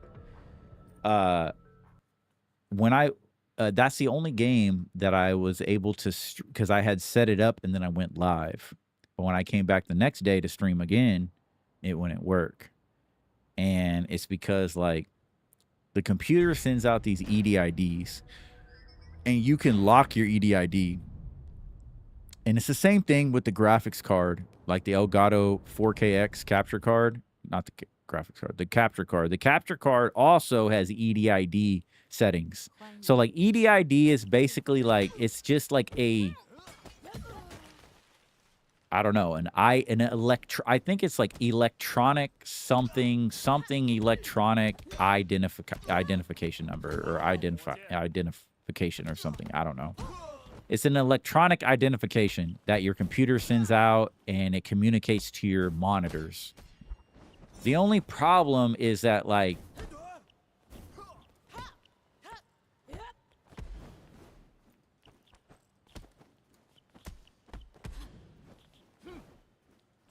when I would come back the next day to turn my computer back on and live stream,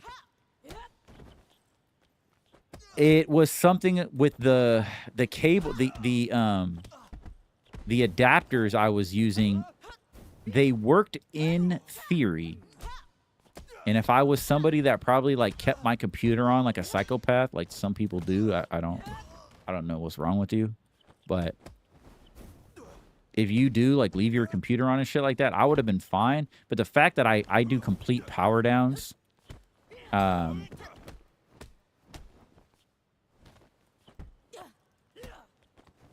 what would happen is when the computer would restart, it would fuck up the handshake with the EDID, long story short. So it just wouldn't work.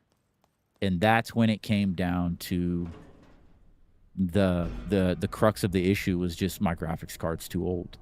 One, I can't stream with the hardware that I've invested in. I can't stream with this AV Pro Edge because it's just not compatible with this old 2080 Ti. And two, even more glaring, because we could still stream like this. But here's the kicker. So there's a caveat. There's always a caveat. So the reason I didn't live stream last Saturday is because the same fucking issue that I've been dealing with this setup, and you guys have seen it tens of times, is when I start a game and the picture is all yellow and green and it's stretched out.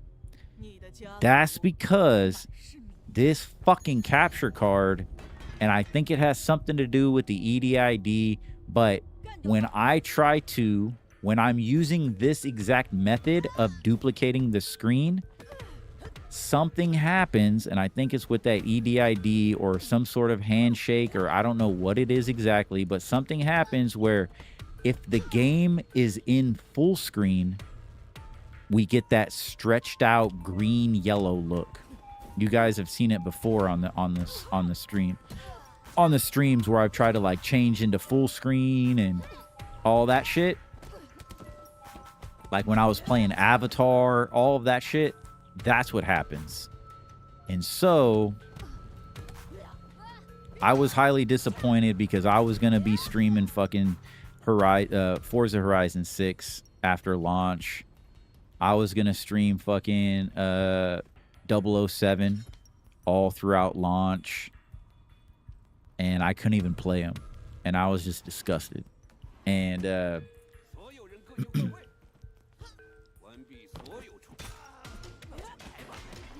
and so I was like, well, you know what I'm going to do is I want to go back and play my favorite James Bond. Since I can't play the new game, I want to stream. Or since I can't stream the new game, I want to stream my favorite James Bond game of all time.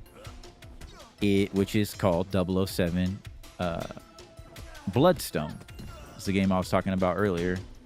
And so it was a fucking nightmare to get installed. Because if you don't know, Windows sucks. And so like last year, I went and I purchased, I bought the physical copies of all of the... Well, not modern James Bond games, but I got Nightfire. I got the physical Nightfire for PC. I got Nightfire, Quantum of Solace, and Bloodstone. All physical copies. All the physical PC copies. Because for the last like 5 to 6 years, I've had to play Bloodstone. Because Bloodstone is not backwards compatible from the 360 to the Xbox One, I believe. And so I've been forced to play the PC version, but the only PC version that I've had in the last 5 or 6 years of 007 Bloodstone has been a Russian cracked copy. And I downloaded it off some sketchy fucking torrent website years and years and years ago, and I've always had it until recently when we did the PC restore a couple months ago. and I told you that I lost a hard drive. I lost a bunch of my music that I recorded like 15 years ago and all of my emulation.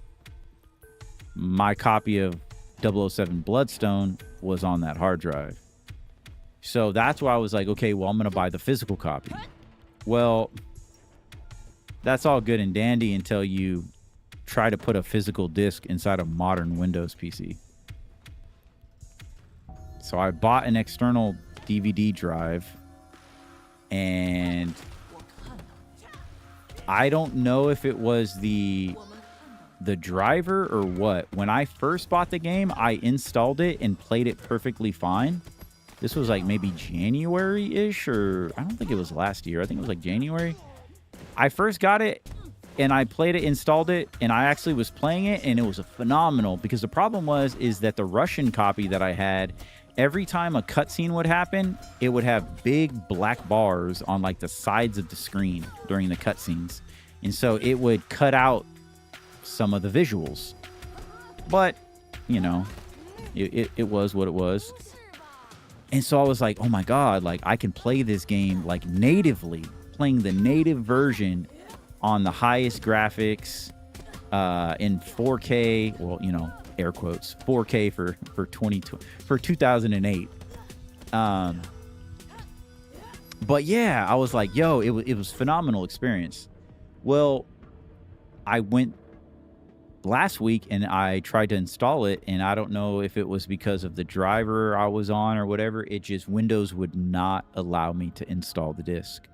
It would not install. It would not go through the handshake during the installation.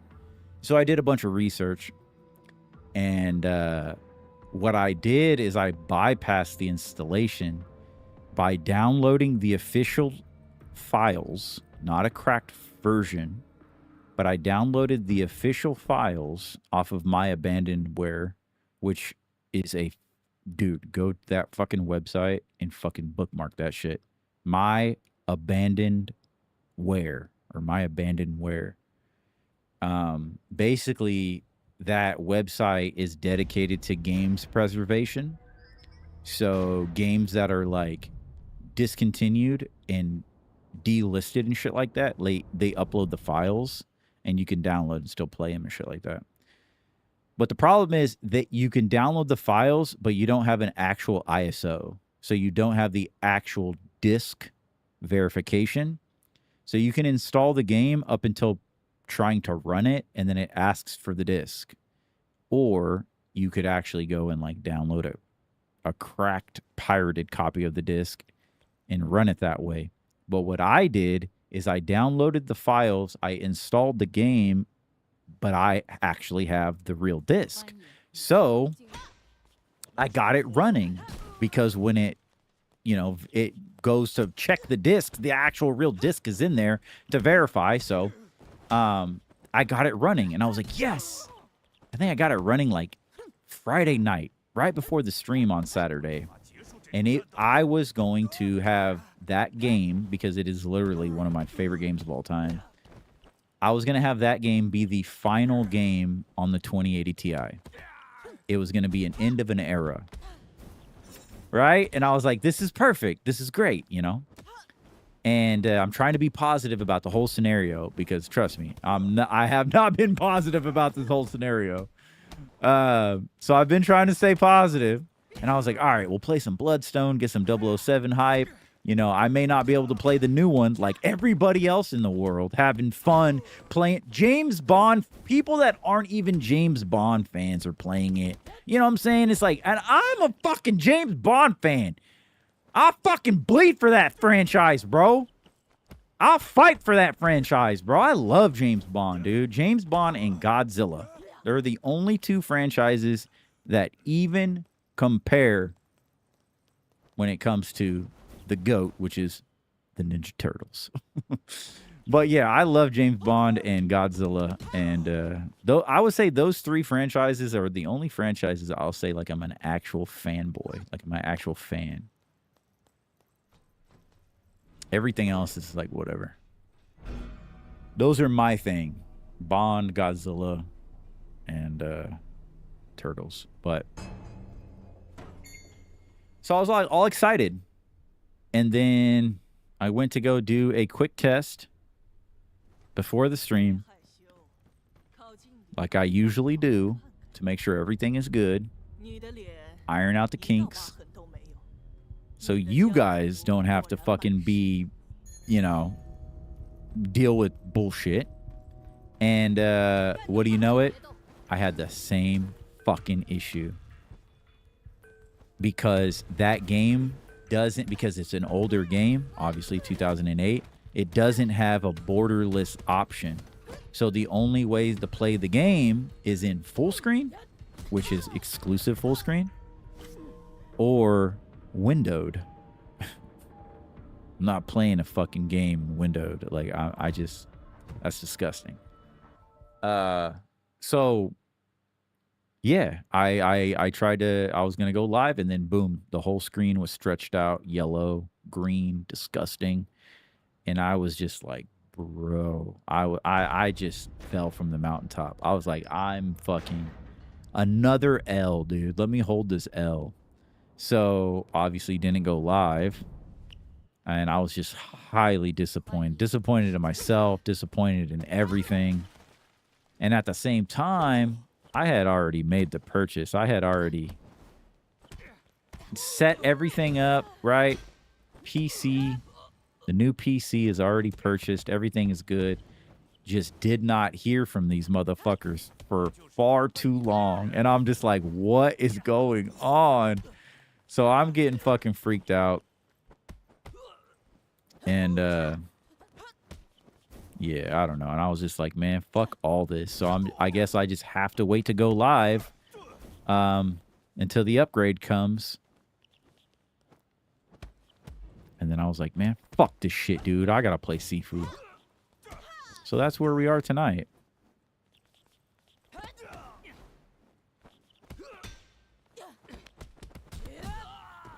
So when the upgrade does come, I'm going to be a little bit at an impasse because I'm like the Cookie Monster. And I'm like walking into a fucking cookie factory.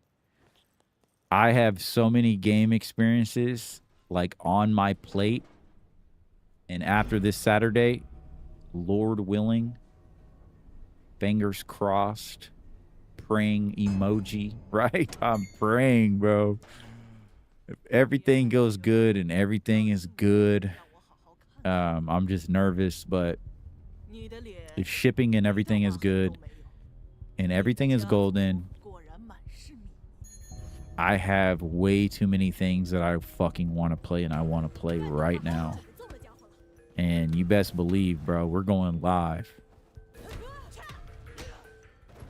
And it's either, it's just going to be nonstop Forza, nonstop Microsoft Flight Simulator. Like, I got a lot of things, bro, that I want to spend time with. Mainly Final Fantasy, Stranger of Paradise. I'm playing through that game. I'm not letting anything fuck with me on that shit, dude. I'm playing through Final Fantasy, Stranger of Paradise, and we're going to max out the settings, and it's going to be fucking gorgeous. And I'm going to enjoy Final Fantasy, bro. I've been wanting just to vibe with Final Fantasy since we beat the first one, and I just haven't had that opportunity. And I don't know why this bitch keeps killing me, bro. But, dude, Final Fantasy Stranger of Paradise. We have Forza Horizon 6. We got 007 First Light. Like, the moment I turn on that game, I'm not turning it off for probably like a month. That's the problem. This is the problem we now find ourselves in. Okay? You guys got to tell me, yo, when are you gonna play this? When are you gonna play that? Because I'm probably gonna get stuck like a duck on 007. I'm only, unless I hate the game. If the game is good, bro, I'm going to like 100% that shit. Because that's just the type of James Bond fan I am. If I like that game, I am going to play it. And this is the problem. I gotta play through Avatar. We haven't even gotten halfway through Avatar. Through the main story, there's still a there's DLC, there's a whole nother DLC. Like Avatar, bro, I'm probably gonna spend 200-300 hours in Avatar in the next 6 months. That's facts. I'll probably spend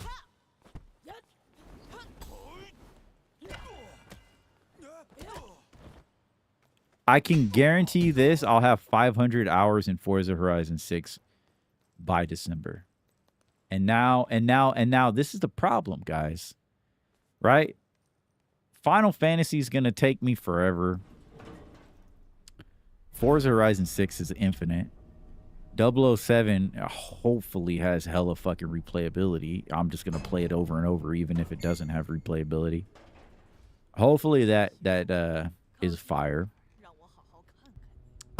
We got Ninja Turtles. We got our VR experience. On top of that,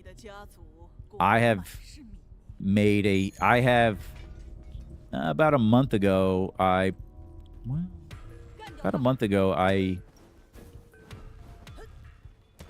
finally made a huge purchase.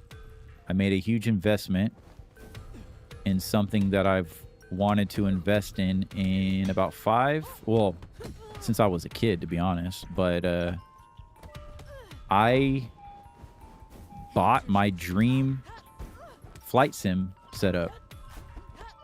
So I know it's very different from anything I've done on the channel before. I know I posted that members video, but I'm going to be doing a lot of flight sim. And that's going to be kind of what's hard for me personally, is balancing the time, because I am like heavy into simulation right now. And I have like pretty much all the gear that I want, that I've ever wanted. There's only one thing that is like a dream that I don't know if I'll ever get. I mean, I will have it. It's like, if you guys ever seen Wayne's World, like the OG, like, you know, well, the first one, when he's like, he goes into that fucking guitar store every day and he looks at that guitar and he looks at it and he goes, one day it will be mine. And he looks at the camera, he goes, oh yes, it will be mine. That has been me, bro, with like all of the sim gear. Like it took me like what, 5 years, and it took me a long time. I got all of my racing gear, but now I have a whole cockpit.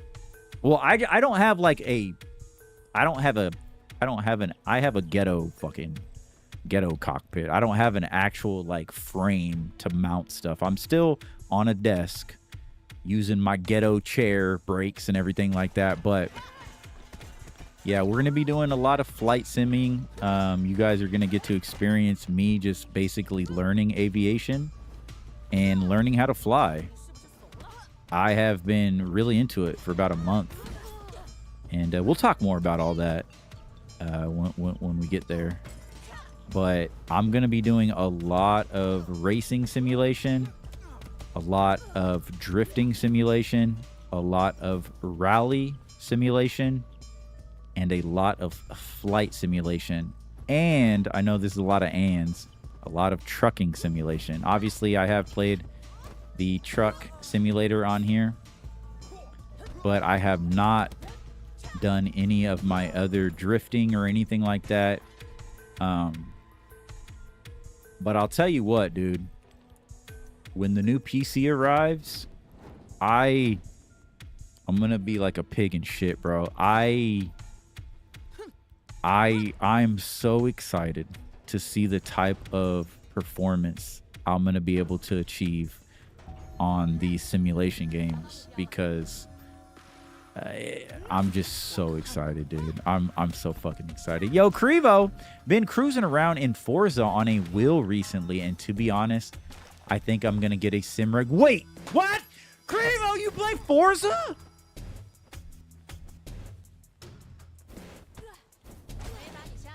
Crevo, bro.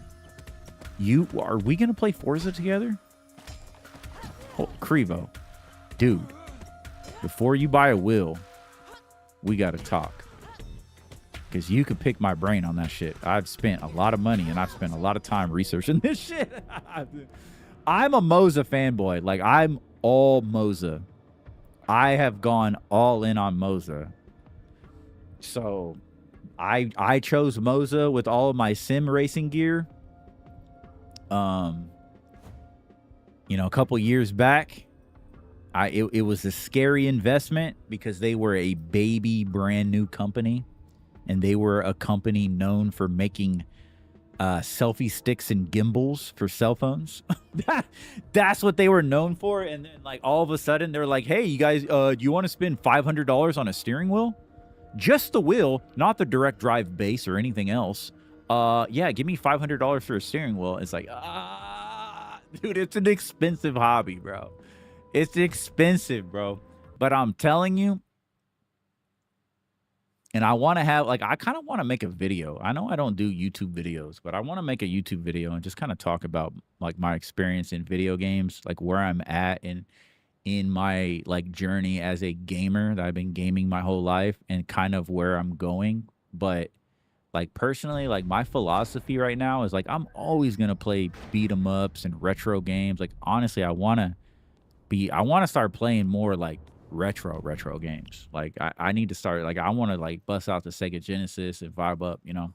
But to me, bro, like, the way I've been feeling, honestly, like, simulation, oh my god, it's the end game. Bro, these fucking guys do not like me tonight.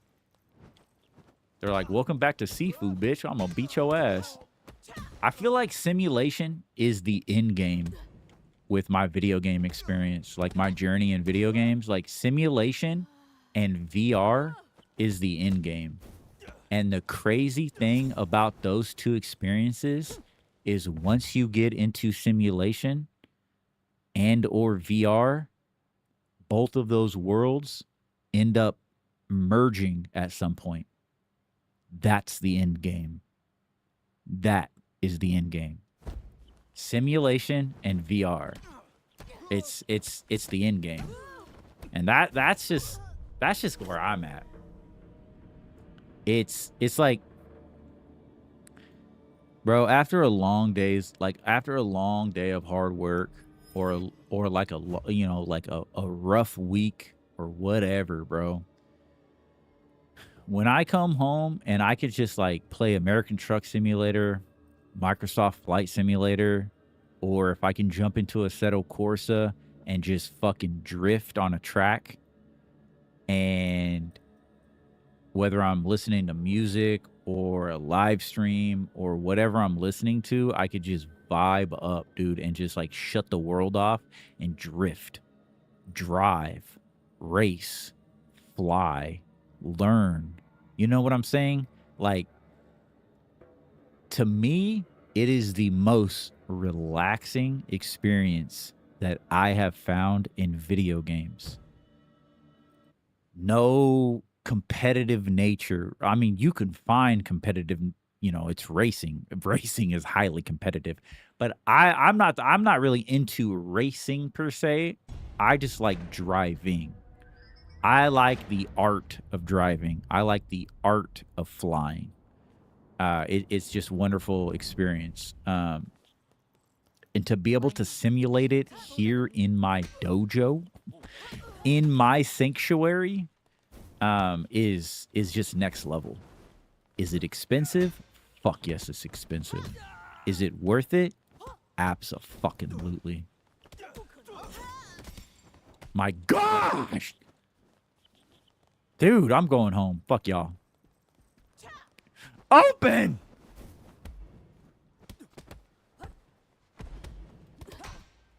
Yo, I did not know you play Forza. Yo, that bitch needs a backy out of me after that.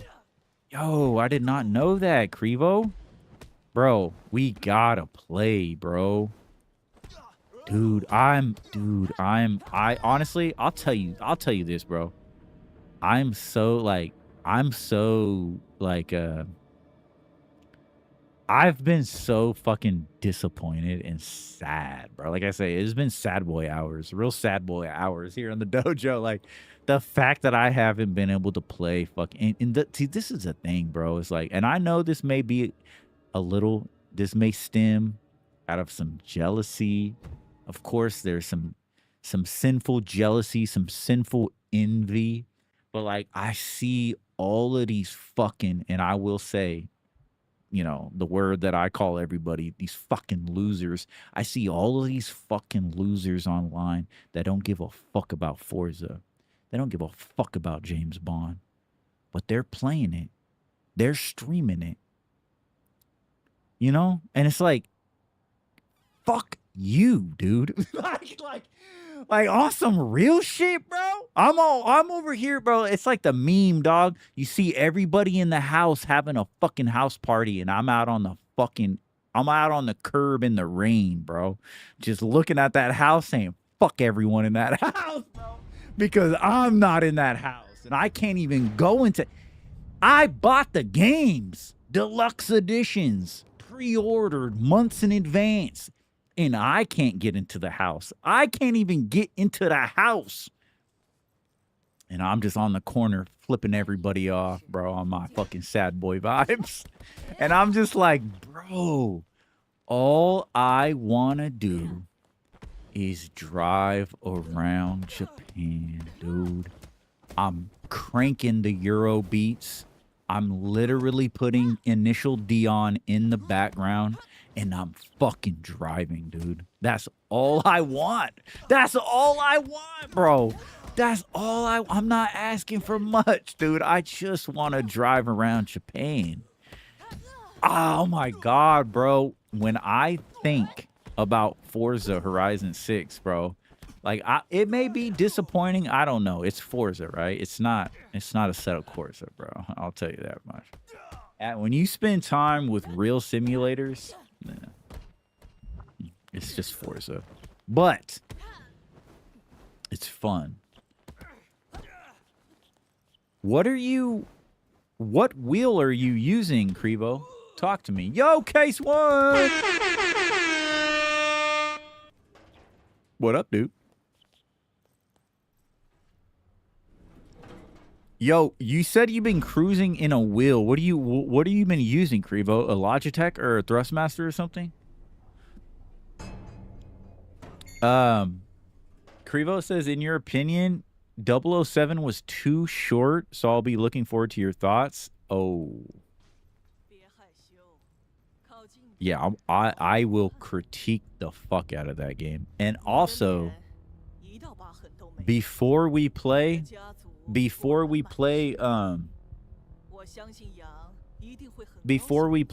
Light, I even forget what it's called because I just have not been paying attention to it. Before we play First Light, we're gonna play Bloodstone. I want to play through Bloodstone. So that honestly, like, isn't that funny? And I'm not gonna fucking reveal the specs, okay? I'm not gonna reveal the specs on the new PC. I gotta keep you guys in suspense for that. But imagine the very first PC or the very first game I play through is a fucking game from 2008. Woo!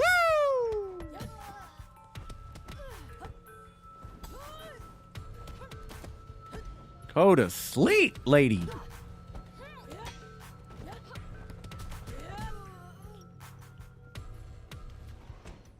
Yeah, you say it's too short. I'm assuming they're gonna have at least like 2 DLCs, right? They gotta have some sort of DLCs to it.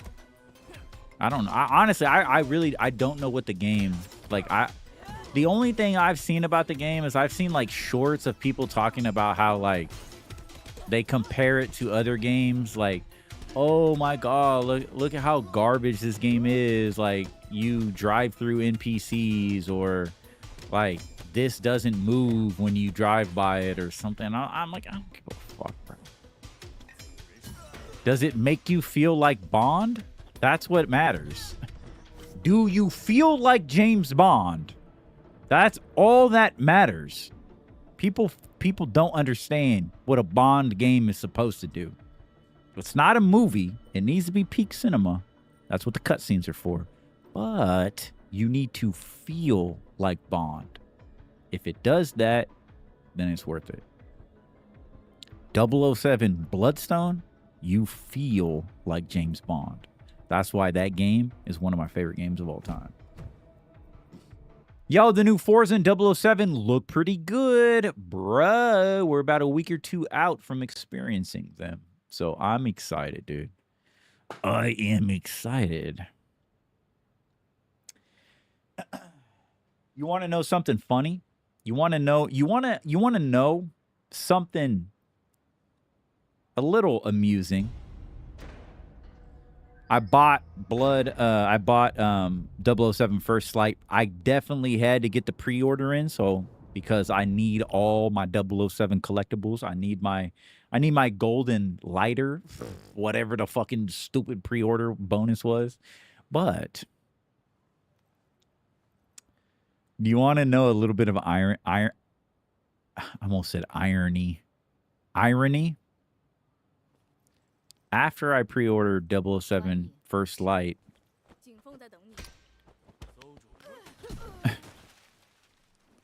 the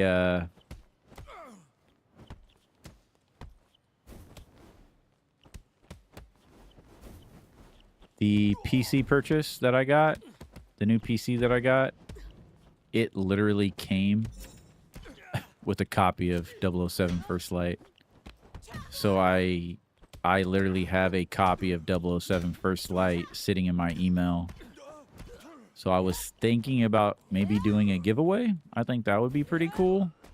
But before I say that, I need to figure out if, because it's not just like, oh, go download it from Steam. I think it's kind of a fuckery thing because I have to redeem it through NVIDIA. It's through NVIDIA. I've never done that before, so I don't quite know how that works. But yeah, so I have 2 copies of 007 First Light. My pre-ordered copy, and then the copy from the company for doing business with them. I can't wait to show you guys. It's really cool.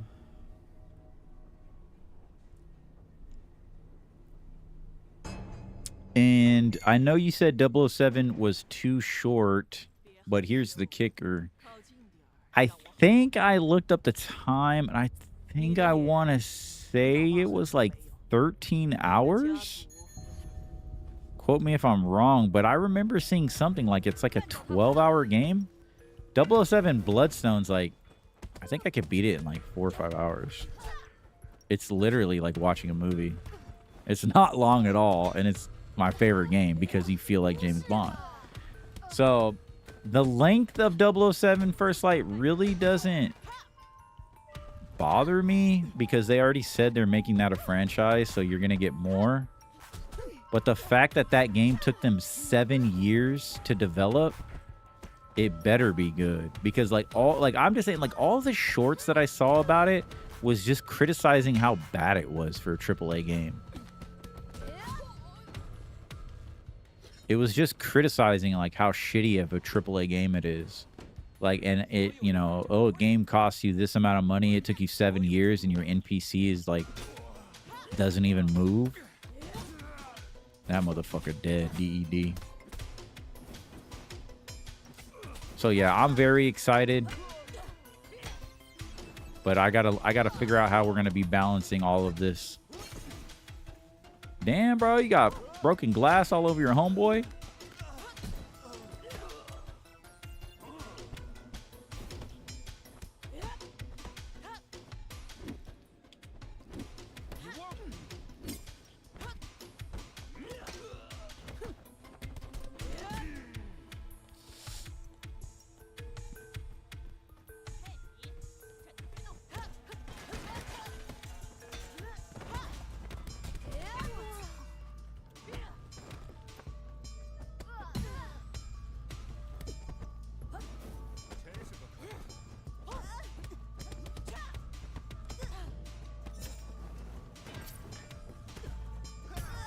Bro, what? Right when I turned her, bro, it hit the back of my head, bro. What? Bro, I got work tonight. Absolutely work.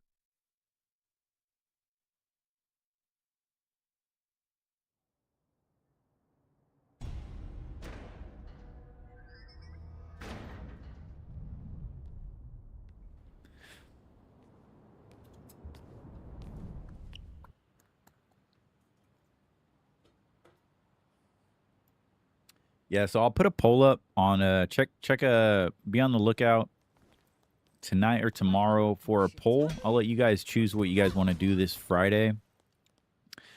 Like I said, right now I can't even really choose to really play anything until the upgrade happens, because, well, whatever I play, it just has to be able to be in borderless. So I can't play anything exclusively full screen. And that's another thing too, is Call of Duty, bro. So what is happening in the next couple months? So I currently have, like I said, I have these experiences sitting there waiting for me just to play. Brand new AAA games sitting there, haven't even been cracked open. And then on top of that, I got 2 big games happening. 2 big things that are happening. But it's not till October, which pisses me off. Because for the last, 2 years, I've, October in the dojo, bro, we're playing spooky games and shit. And this October is riddled by 2 major releases that are not spooky games. One being Ace Combat 8, which I'm definitely buying and I'm definitely playing on stream. And the second is Modern Warfare 4. They both release within about 3 weeks of each other. So I'm hoping, because I think Ace Combat comes out before, I'm hoping that I could play through Ace Combat before Modern Warfare 4 comes out. Because Black Ops 6 and Black Ops 7 has been my favorite Call of Duty. It's just been my favorite Call of Duty block of Call of Duty of all time. Black Ops 6 and Black Ops 7 are my 2 favorite Call of Duties, like, of all time. They're literally the best COD games. Like, Black Ops 7 to me is the perfect COD. I fucking love it. I haven't been able to play it in the last month, but I was playing it like this whole season 3.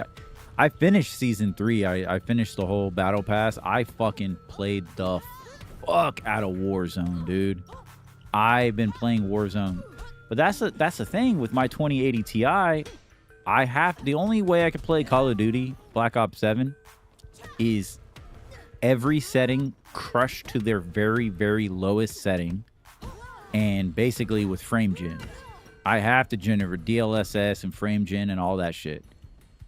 That's the only way I can get a stable, like, 100 frames. And so with the new upgrade coming, I am so excited to get back on playing Call of Duty Black Ops 7. So excited to get back on fucking Warzone. The fact that I'll be able to probably max out all of the Call of Duty settings on Ultra and be able to get 120 frames. I mean, I don't know if that's going to be possible or not, but we'll see. But it's going to be great. And I'm excited. So I don't know. Like, I just don't really know what to play first.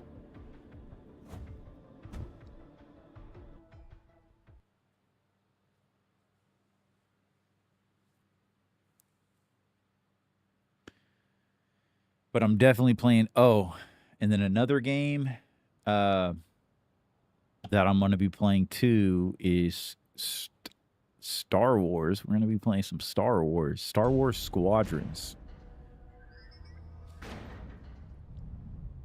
Because I was told that my Moza flight sim gear would not work with it.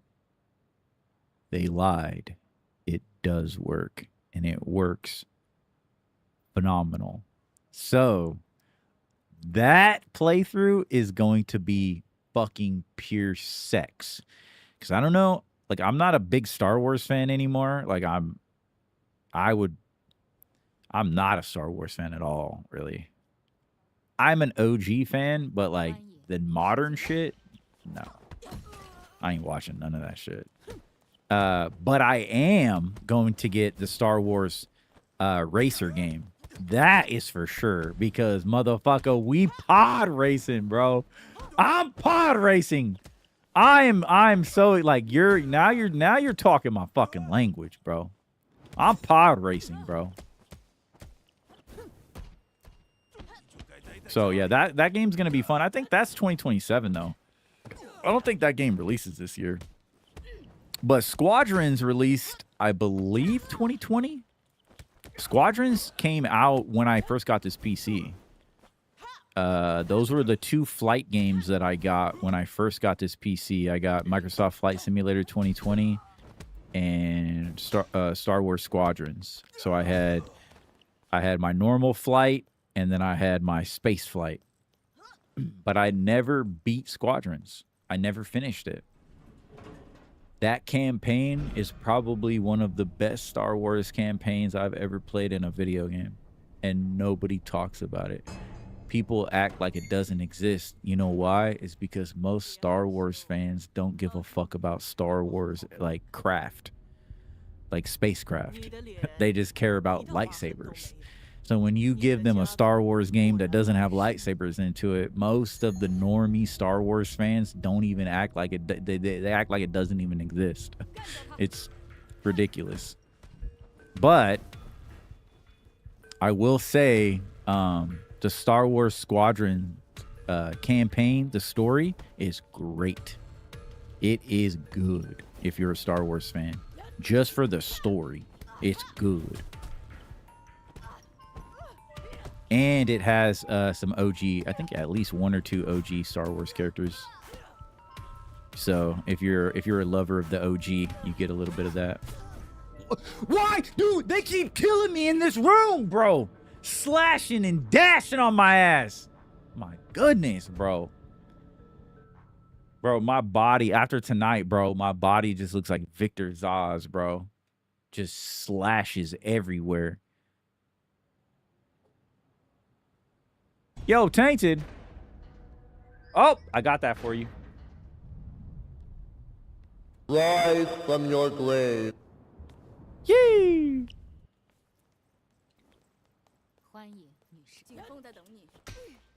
Imagine swinging on her, missing, and she didn't even flinch. She's like, what? I'm like twice your size, buddy.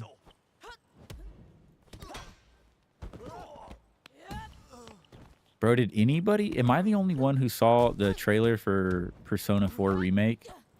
Am I like the only buddy that like I swear to you, since I saw that trailer, that's all I've thought about is Persona 4.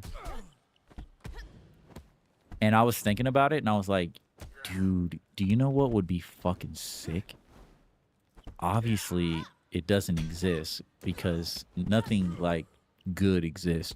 But so in Persona 4, obviously they're too young because they're all high school kids. But I can only imagine if they took Chie, because Chie is a martial artist. She's young, but she's into martial arts, right? She's like, I think she even talks about like she loves Bruce Lee and shit because she like mimics Bruce Lee. But I can only imagine like Chie in her 20s or her 30s, where she's like a martial arts master.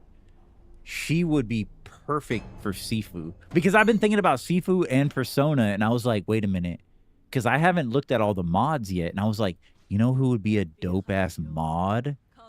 Would be Chie from Persona, but like an older version of her, because she would be too small because she's a fucking teenager. But Chie would be a dope ass fucking character for like a mod for this game. But yeah, Persona 4 is the best Persona. I don't care what anybody says. It's the only Persona that matters. And I will be playing it on this channel. I love Persona 4. Atlas better not have some bullshit too, because Atlas says, oh, you can't stream this game and shit. I remember when Persona 4 came out. When Persona 5 came out, you could not stream it for a year and a half. If you went live with Persona 5, Atlas would hit you with a copyright strike. I remember that shit, bro. And you had to go to their website, and they had a and this is what people fail to realize with video games. All of these video games are copyright. All the developer has to do is enforce copyright. And none of us would be able to share these games. Streaming, like video games, it probably is a ticking time bomb. Because the bigger games get, it's going to come to a point where they're going to say, all right, you can't just broadcast this to 5,000 people on Twitch. If they want to see the game, they have to buy it. It's going to get to that point. And people don't realize that. We're living in the wild, wild west. And we're still lucky that we could stream video games. But I can guarantee you there's going to be a day where it's probably not going to be like, you can never stream this. It'll probably have, when 007 First Light comes out, you can't legally stream it for 12 months. After that, you could stream it. That's probably what it's going to be. Because developers want to hold that exclusivity. And I think why Atlas did that with Persona 5 was, I think their reasoning was they said that it ruins the player experience for other people. So that's what they used that exact same thing. Like I said, is like, they basically said, oh, we're going to restrict you from watching people play this because we want you to go buy the game. But we're going to use the disguise of, oh, we're doing this so you don't get the game ruined for spoilers. We want you to enjoy the game. Like, of course, right? You create something, you want people to have first party experience, right? You don't want people to watch your movie recorded on some bootleg DVD with shitty fucking quality and garbage. Yeah, you want people to judge your work of art by watching it one for one the way it was intended. I can understand that. As a creator, they want people to experience the game by playing it, not by watching it. I get that, and that's their right. But it's diabolical to copyright people like literally, bro, your channel, like they fucking take your channel down for fucking playing Persona? That's wild, bro. That's just wild, bro. Small, what up, though?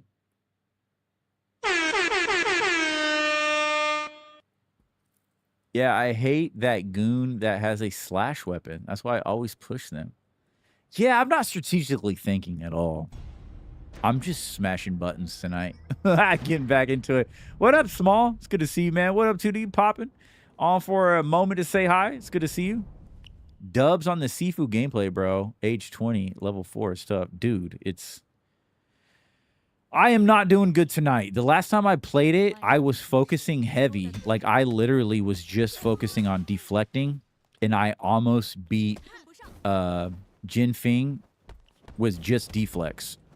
But I haven't even been able to get to Jin Fing tonight at all. But it's just because I'm just chatting and shit like that.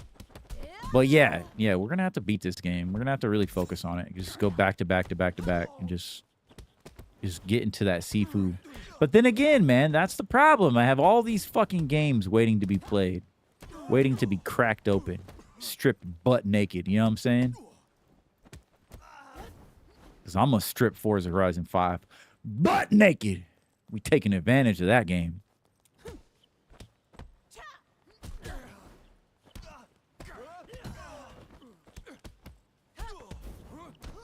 We stripping James Bond butt naked. But yeah, I found out that, like, when I was playing Jin Fing, bro, I had it locked. I was just deflecting pretty much all of her moves, and then once my stagger gauge started going up, I would just evade, let that go down, and then just start deflecting again. And it was fucking easy, bro. Once you stay at range, she basically just does the same thing over and over and over. And I was just like, I just had it locked.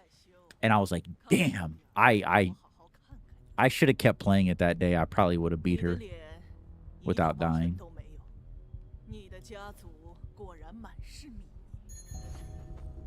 Suck you in the back of your head. Yo, I have the one arena left until I gold stamp every arena. Oh my goodness. Dude, I haven't even played arenas yet. I don't even know what arenas hold. Why do these women hate me?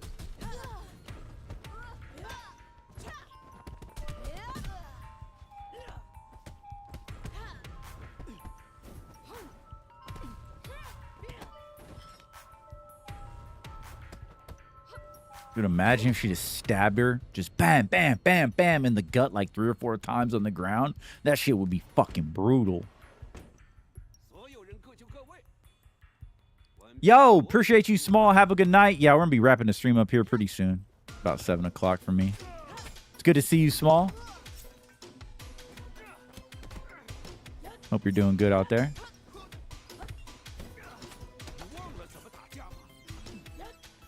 Yo, Tainted. Meanwhile, there are people somewhere beat the whole game, and there's already a video called Insert Game Title, All Bosses, Type Video, All Endings with spoiler thumbnails.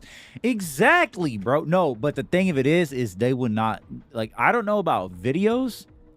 I'm sure the videos existed, but Atlas, they were fucking crazy when Persona 5 came out. And that I've just been thinking of that lately because I'm like, yo, Persona 4, the remake, I bet you they do the same thing. And then they announced Persona 6, but it was just like a title announcement. There was nothing to see.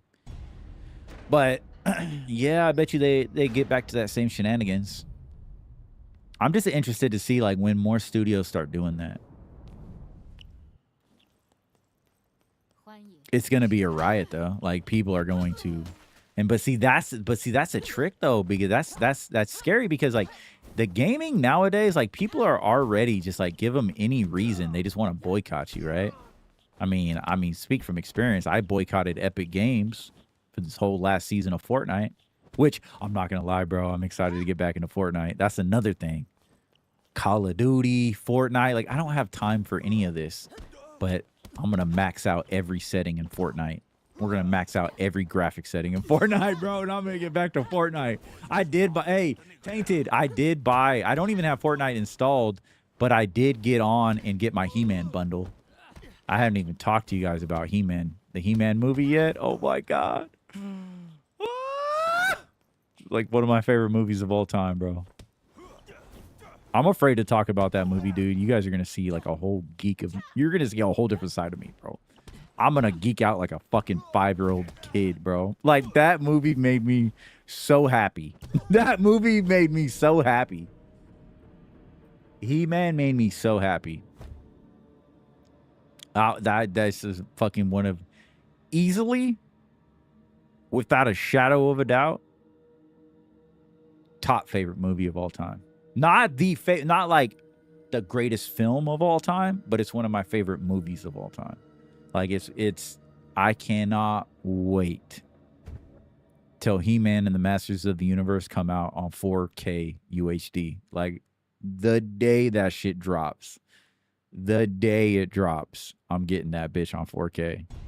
That movie is going to be so clean in 4K. Like, oh, if you guys haven't yet, and even if you think He-Man is corny, I challenge you to take a friend, take a family, do whatever you got to do, go by yourself. Go see He-Man in theaters. It'll put a smile on your face. I guarantee you, it'll put a smile on your face. It's not what you think it is. It's exactly... If you were there when I was talking about my predictions of He-Man It's exactly what I said it would be. It's exactly what I thought it was going to be.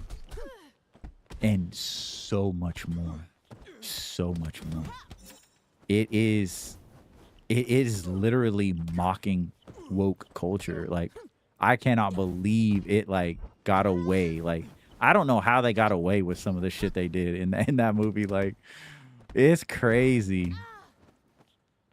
It's literally a movie. It's a movie telling men that they could be men and it's okay to be men.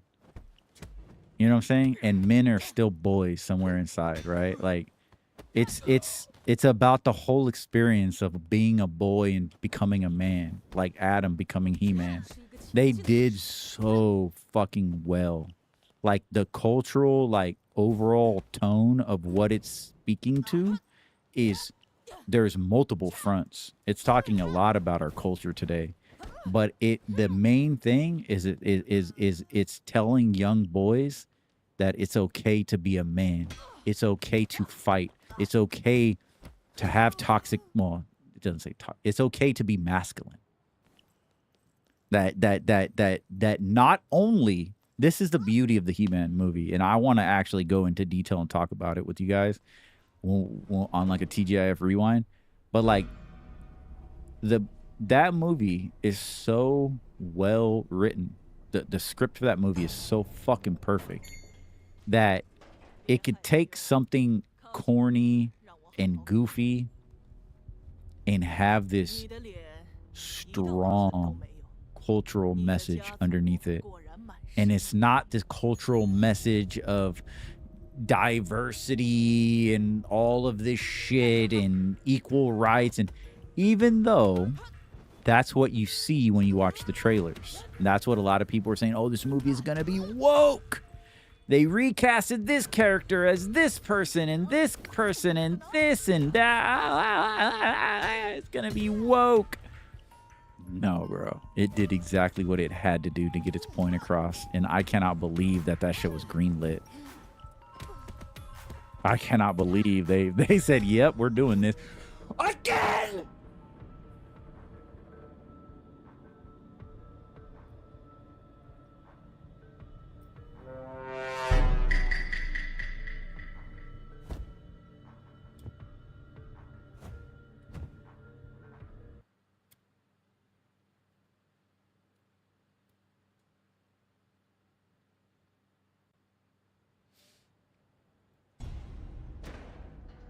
But not only does it teach young boys that it's okay to be a man, the beauty, the silver lining, not only does it go to that lengths to teach boys that it's okay to be a man and it's okay to be masculine, but it's necessary. I'm going to say that again. This is a Hollywood film, right? In today's day and age, we've gone through over a decade of garbage media that has the worst messaging in, to finally a movie that tells young boys and young men that not only is it okay to be a man, but it is necessary. It's so fucking good, bro. It's fucking necessary, dude. Oh god, it's so good. I want to watch it right now. There's actually a really good pirated copy on the internet. There's a really good cam copy. I've watched it already. I got to watch it in I watched it premiere night, so the night before it released on 40X. So I got to see it in 40X, and it was only in 40X I think for a week. At least where I'm at. Bro, what is this corner fucking?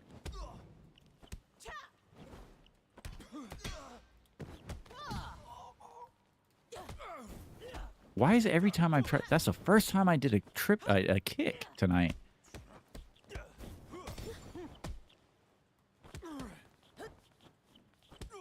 But I will say this, and I will talk about spoilers when I give my review of He-Man. Maybe this Friday, if you guys choose. What? Why do I feel like I have half-life?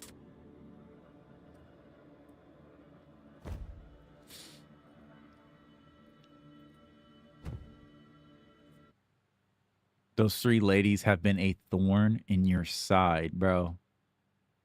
They are a fucking blade in my temple. All right, brother. Have a good night. Stop by to say hello. Yo, Case One. Appreciate you, man. Over and out. Hope you vibe up out there. I know the heat's been kicking my ass, bro.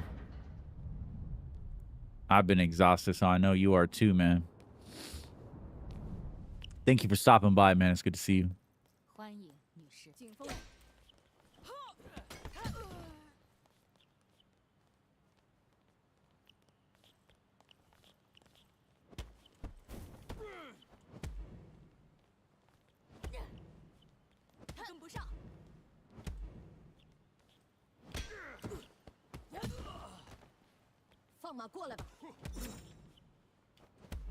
Hit a female in the back of the head like that? That's diabolical.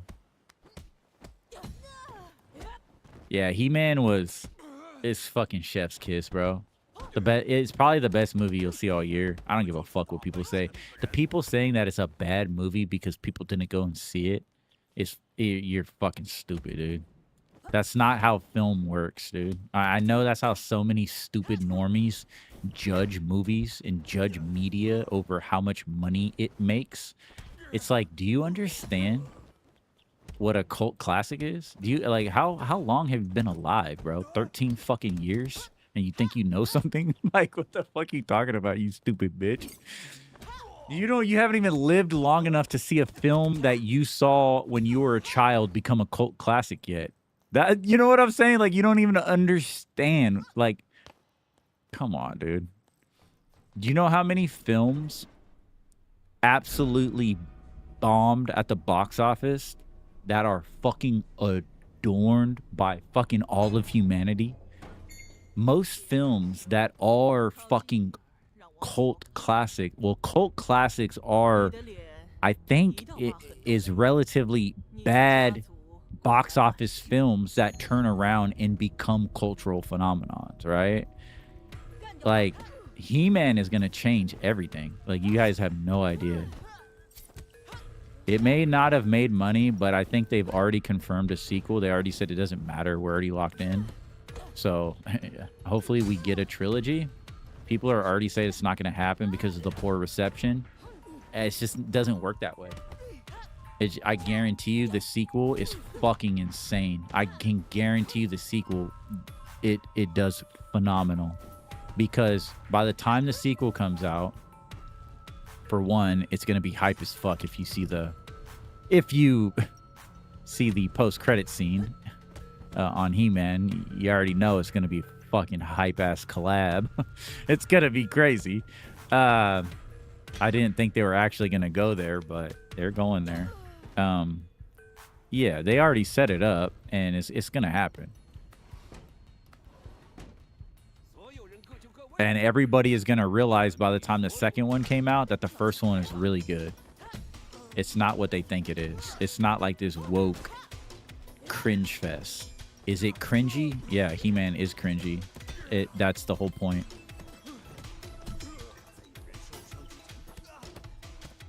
I do have some things, like there's I do have some negative things to say about it. I think I have I would say three main things that I would be a little critical over. I thought I wasn't going to like it, to be honest. I thought it was going to bomb. I thought it was going to be trash, and it wasn't. In like every aspect of the words, it made me feel like a kid. It made me feel like a kid. And the way that they were able to take that story and adapt it that way and to make me feel like I was a kid, it literally made me feel like time reversed and I was in front of my TV watching He-Man cartoon as a kid. Like, that's what it made me feel like. And the fact that it did that is insane. Mortal Kombat didn't make me feel that way. Neither one of the new Mortal Kombat movies made me feel that way. The last Ninja Turtle movie didn't make me feel that way. You know what I'm saying? Like, a lot of modern slop don't make me feel like a kid again. Superman made me feel like a kid again. And He-Man made me feel like a kid again. Like, But what's crazy is like it makes you feel that nostalgia and that happiness and just like the pure entertainment, but also being a well-written story with like these deep cultural undertones at the same time, making you feel like you're literally watching a cartoon. I mean, there's a reason why Batman Forever is my favorite Batman movie. It's because it makes me feel like a kid. It makes me feel like I'm watching a Batman the animated series. It makes me feel like I'm reading a Batman comic. You talk about watch any Christopher Nolan Batman movie. Not in any singular scene does it make me feel like a kid. And it makes me feel like an adult. It makes me feel like I'm watching the news, like I'm watching reality. To me, that's why I think it's trash. That's the same vibe I get from the modern Spider-Man movies. That's why I don't fuck with them, on top of the reason I don't like the actors. But I'm watching it. It doesn't make me feel like a kid. It just makes me feel like I'm watching modern slop and modern reality. He-Man's not like that. He-Man literally makes you feel like you're a kid watching a cartoon. But it tackles really, really important subjects in today's world with like teaching boys that it's okay to be a man. Like instead of teaching boys that they need to be emotional and that they need to be understanding and they need to listen and they need to shut the fuck up and stop being masculine and stop being no, you shut the fuck up, bitch. I'm gonna grab a big ass sword and swing it at you. You shut up, bitch. I'm going to punch you in the face. I'm He-Man. I'm a man. Shut up, bitch. I'm gonna punch you. That's like literally the movie, dude. It's fucking phenomenal, dude. It's great. I love it.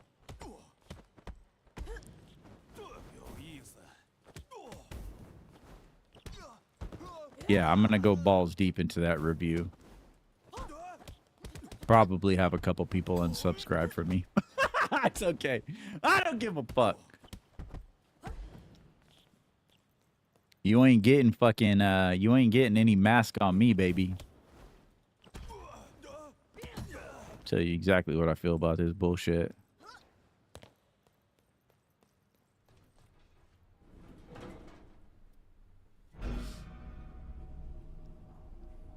Well, man, give it another run or two, but I'm glad the stream's running and working. This might just be the final video game streamed from this 2080 Ti. The classic rig dubbed the Watchtower. That's what I dubbed my PC. I named my PC the Watchtower.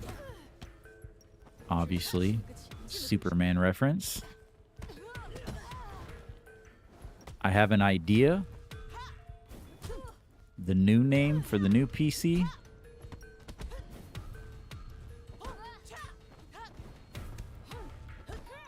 But I can't name her until I get my hands on her.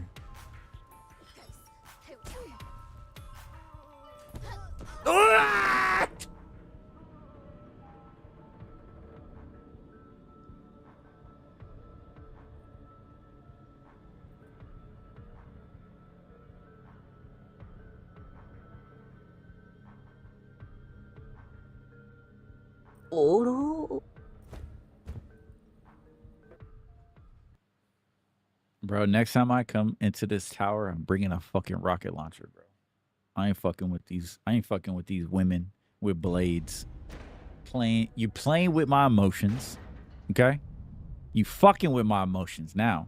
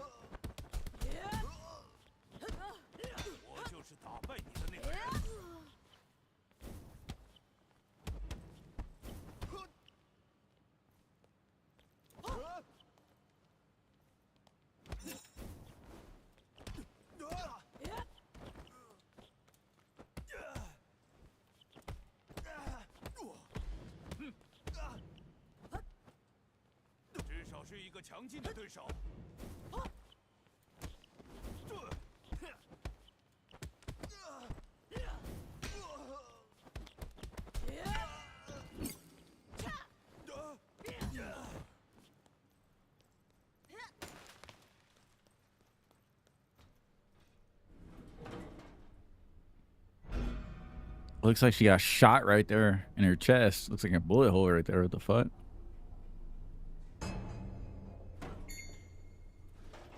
Or stabbed. 靠近点儿，让我好好看看你。你的脸一道疤痕都没有。 Can't slide over 家 this. 族果然满是秘密。我相信杨一定会很高兴能再看到你。不幸的是，我认为你没有机会了。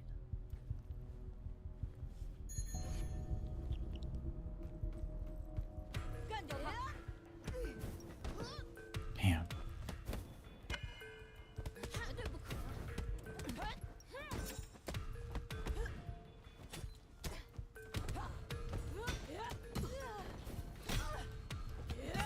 Woo! Move. I'm talking about. Where'd that knife go?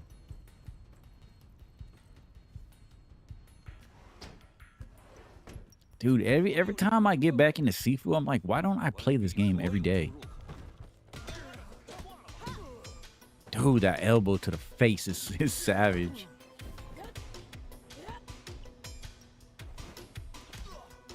Not today, buddy.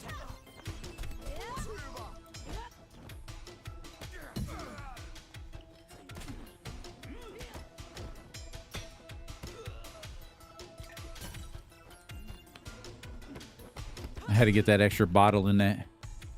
Throw it at his big head.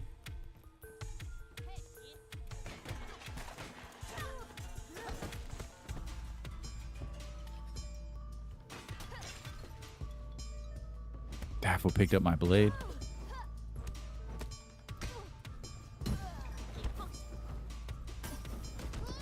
Cheater.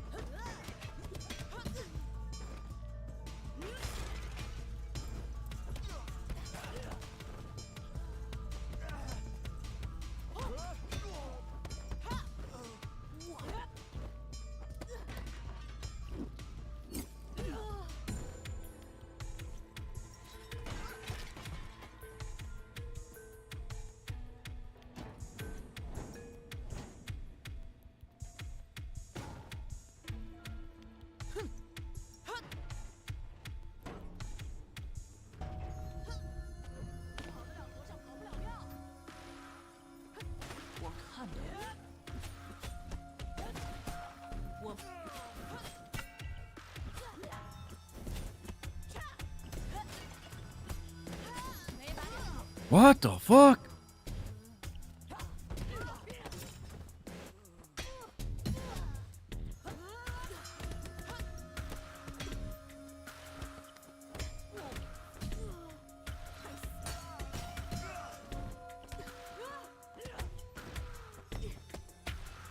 Let's all go to the lobby. Let's all go to the lobby.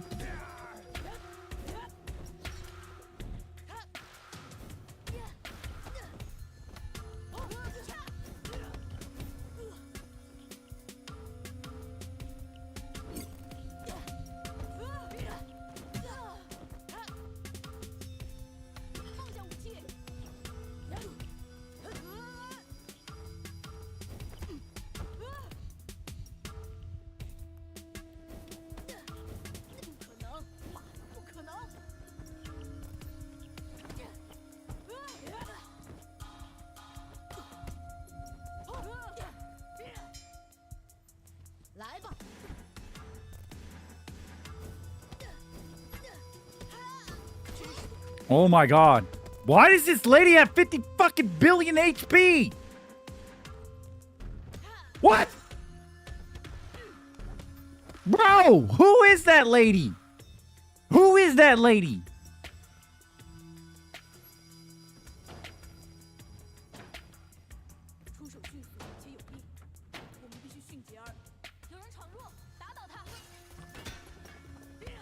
No, she turned Super Saiyan. The first, okay.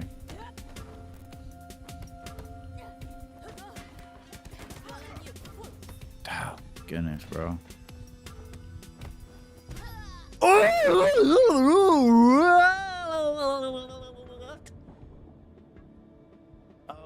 All right, I'm doing it one more time. I was feeling it that round. I was locked in. All right. We'll give it one more go here tonight.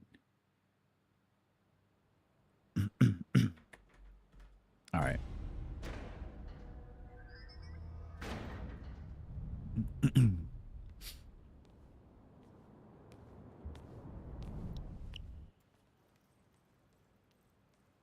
Take out this guy first.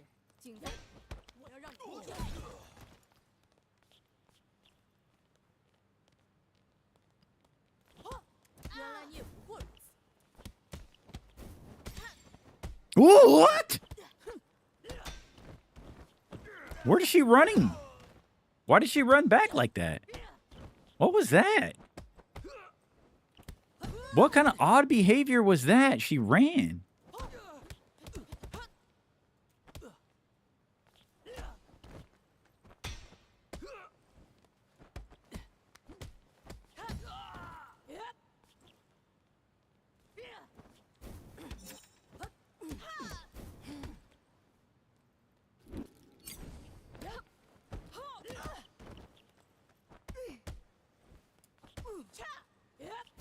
Oh, that was the wrong input.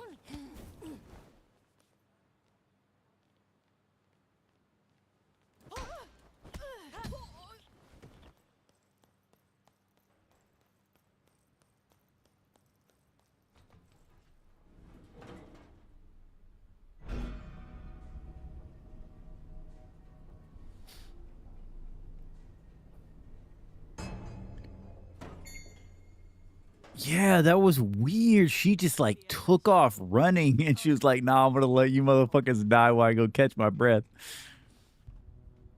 Yeah, that was odd behavior.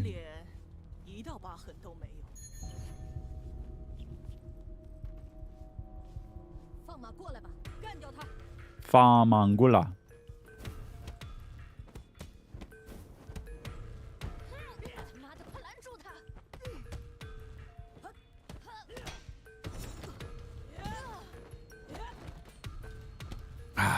Oh. Oh.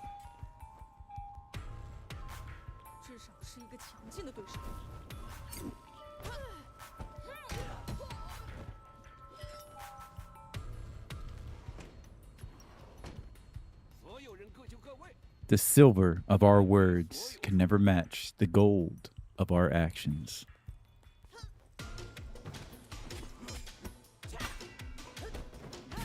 Oh, penetrated. At least I wasn't the only one that got penetrated tonight.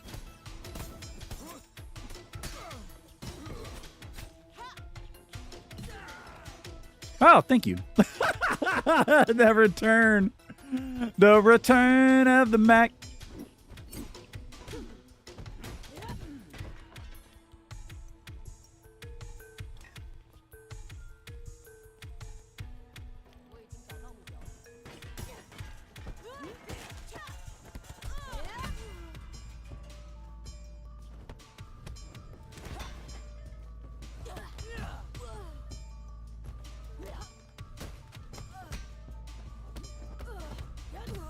Oh my goodness, those are the nastiest.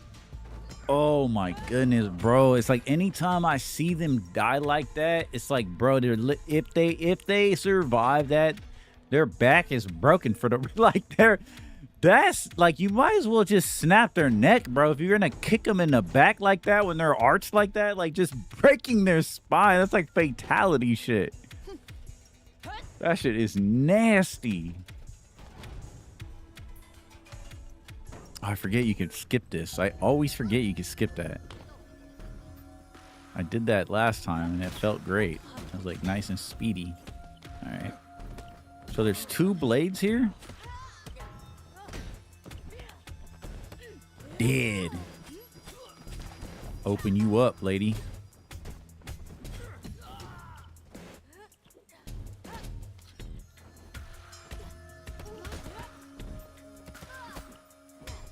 Ooh, she tried to penetrate me. Not without consent, motherfucker.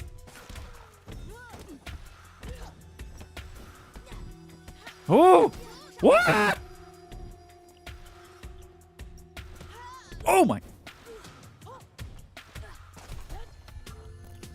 Nah, y'all got me fucking twisted.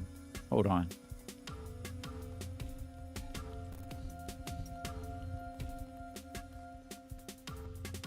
What? What?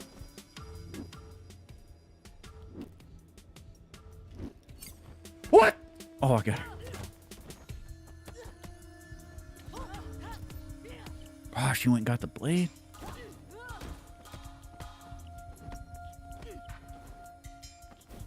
Ah!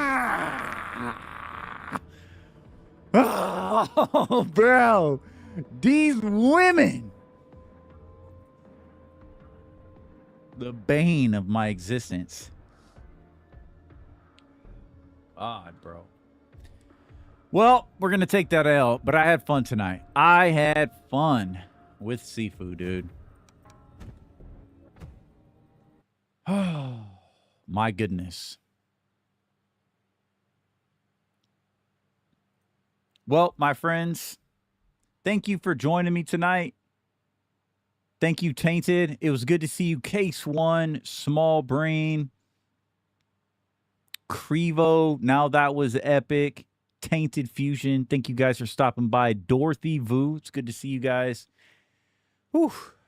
I just had to get my had to de-rust a little bit. You know what I'm saying? It's been a while. Anytime I even take like a week off of streaming, I felt like I've never streamed before.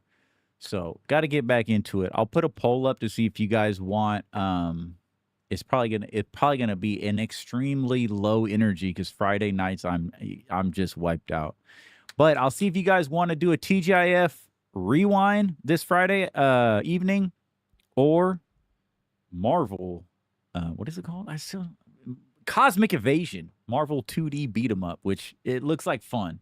And it's basically like Ninja Turtles, but Marvel. So I'm excited to play that. But I want to talk movies and I want to talk He-Man. You know what I'm saying? And the Masters of the Universe. Until next time, my friends, remember to vibe up and stay nostalgic on your eternal quest to get back to the basics. You guys have a good night.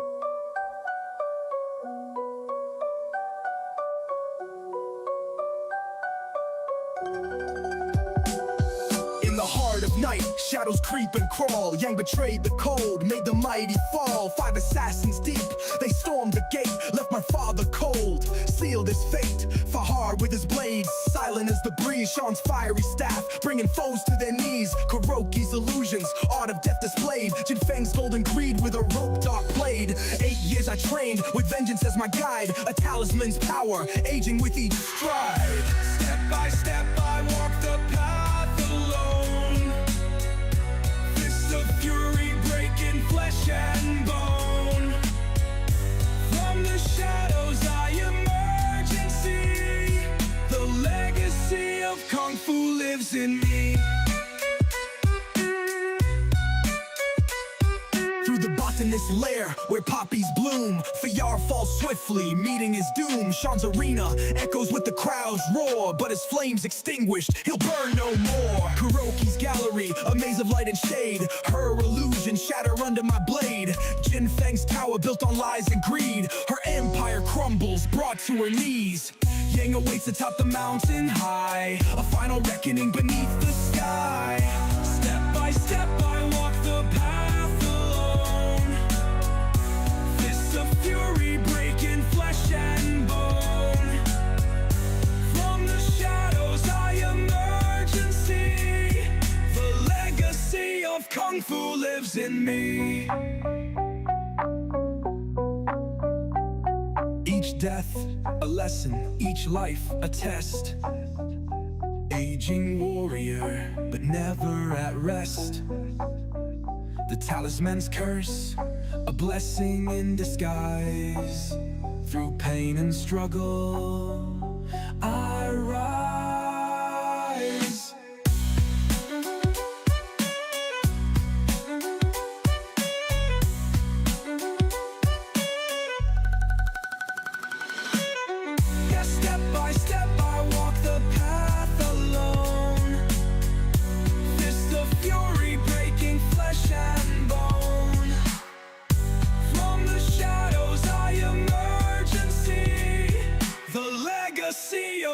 Sifu lives in me.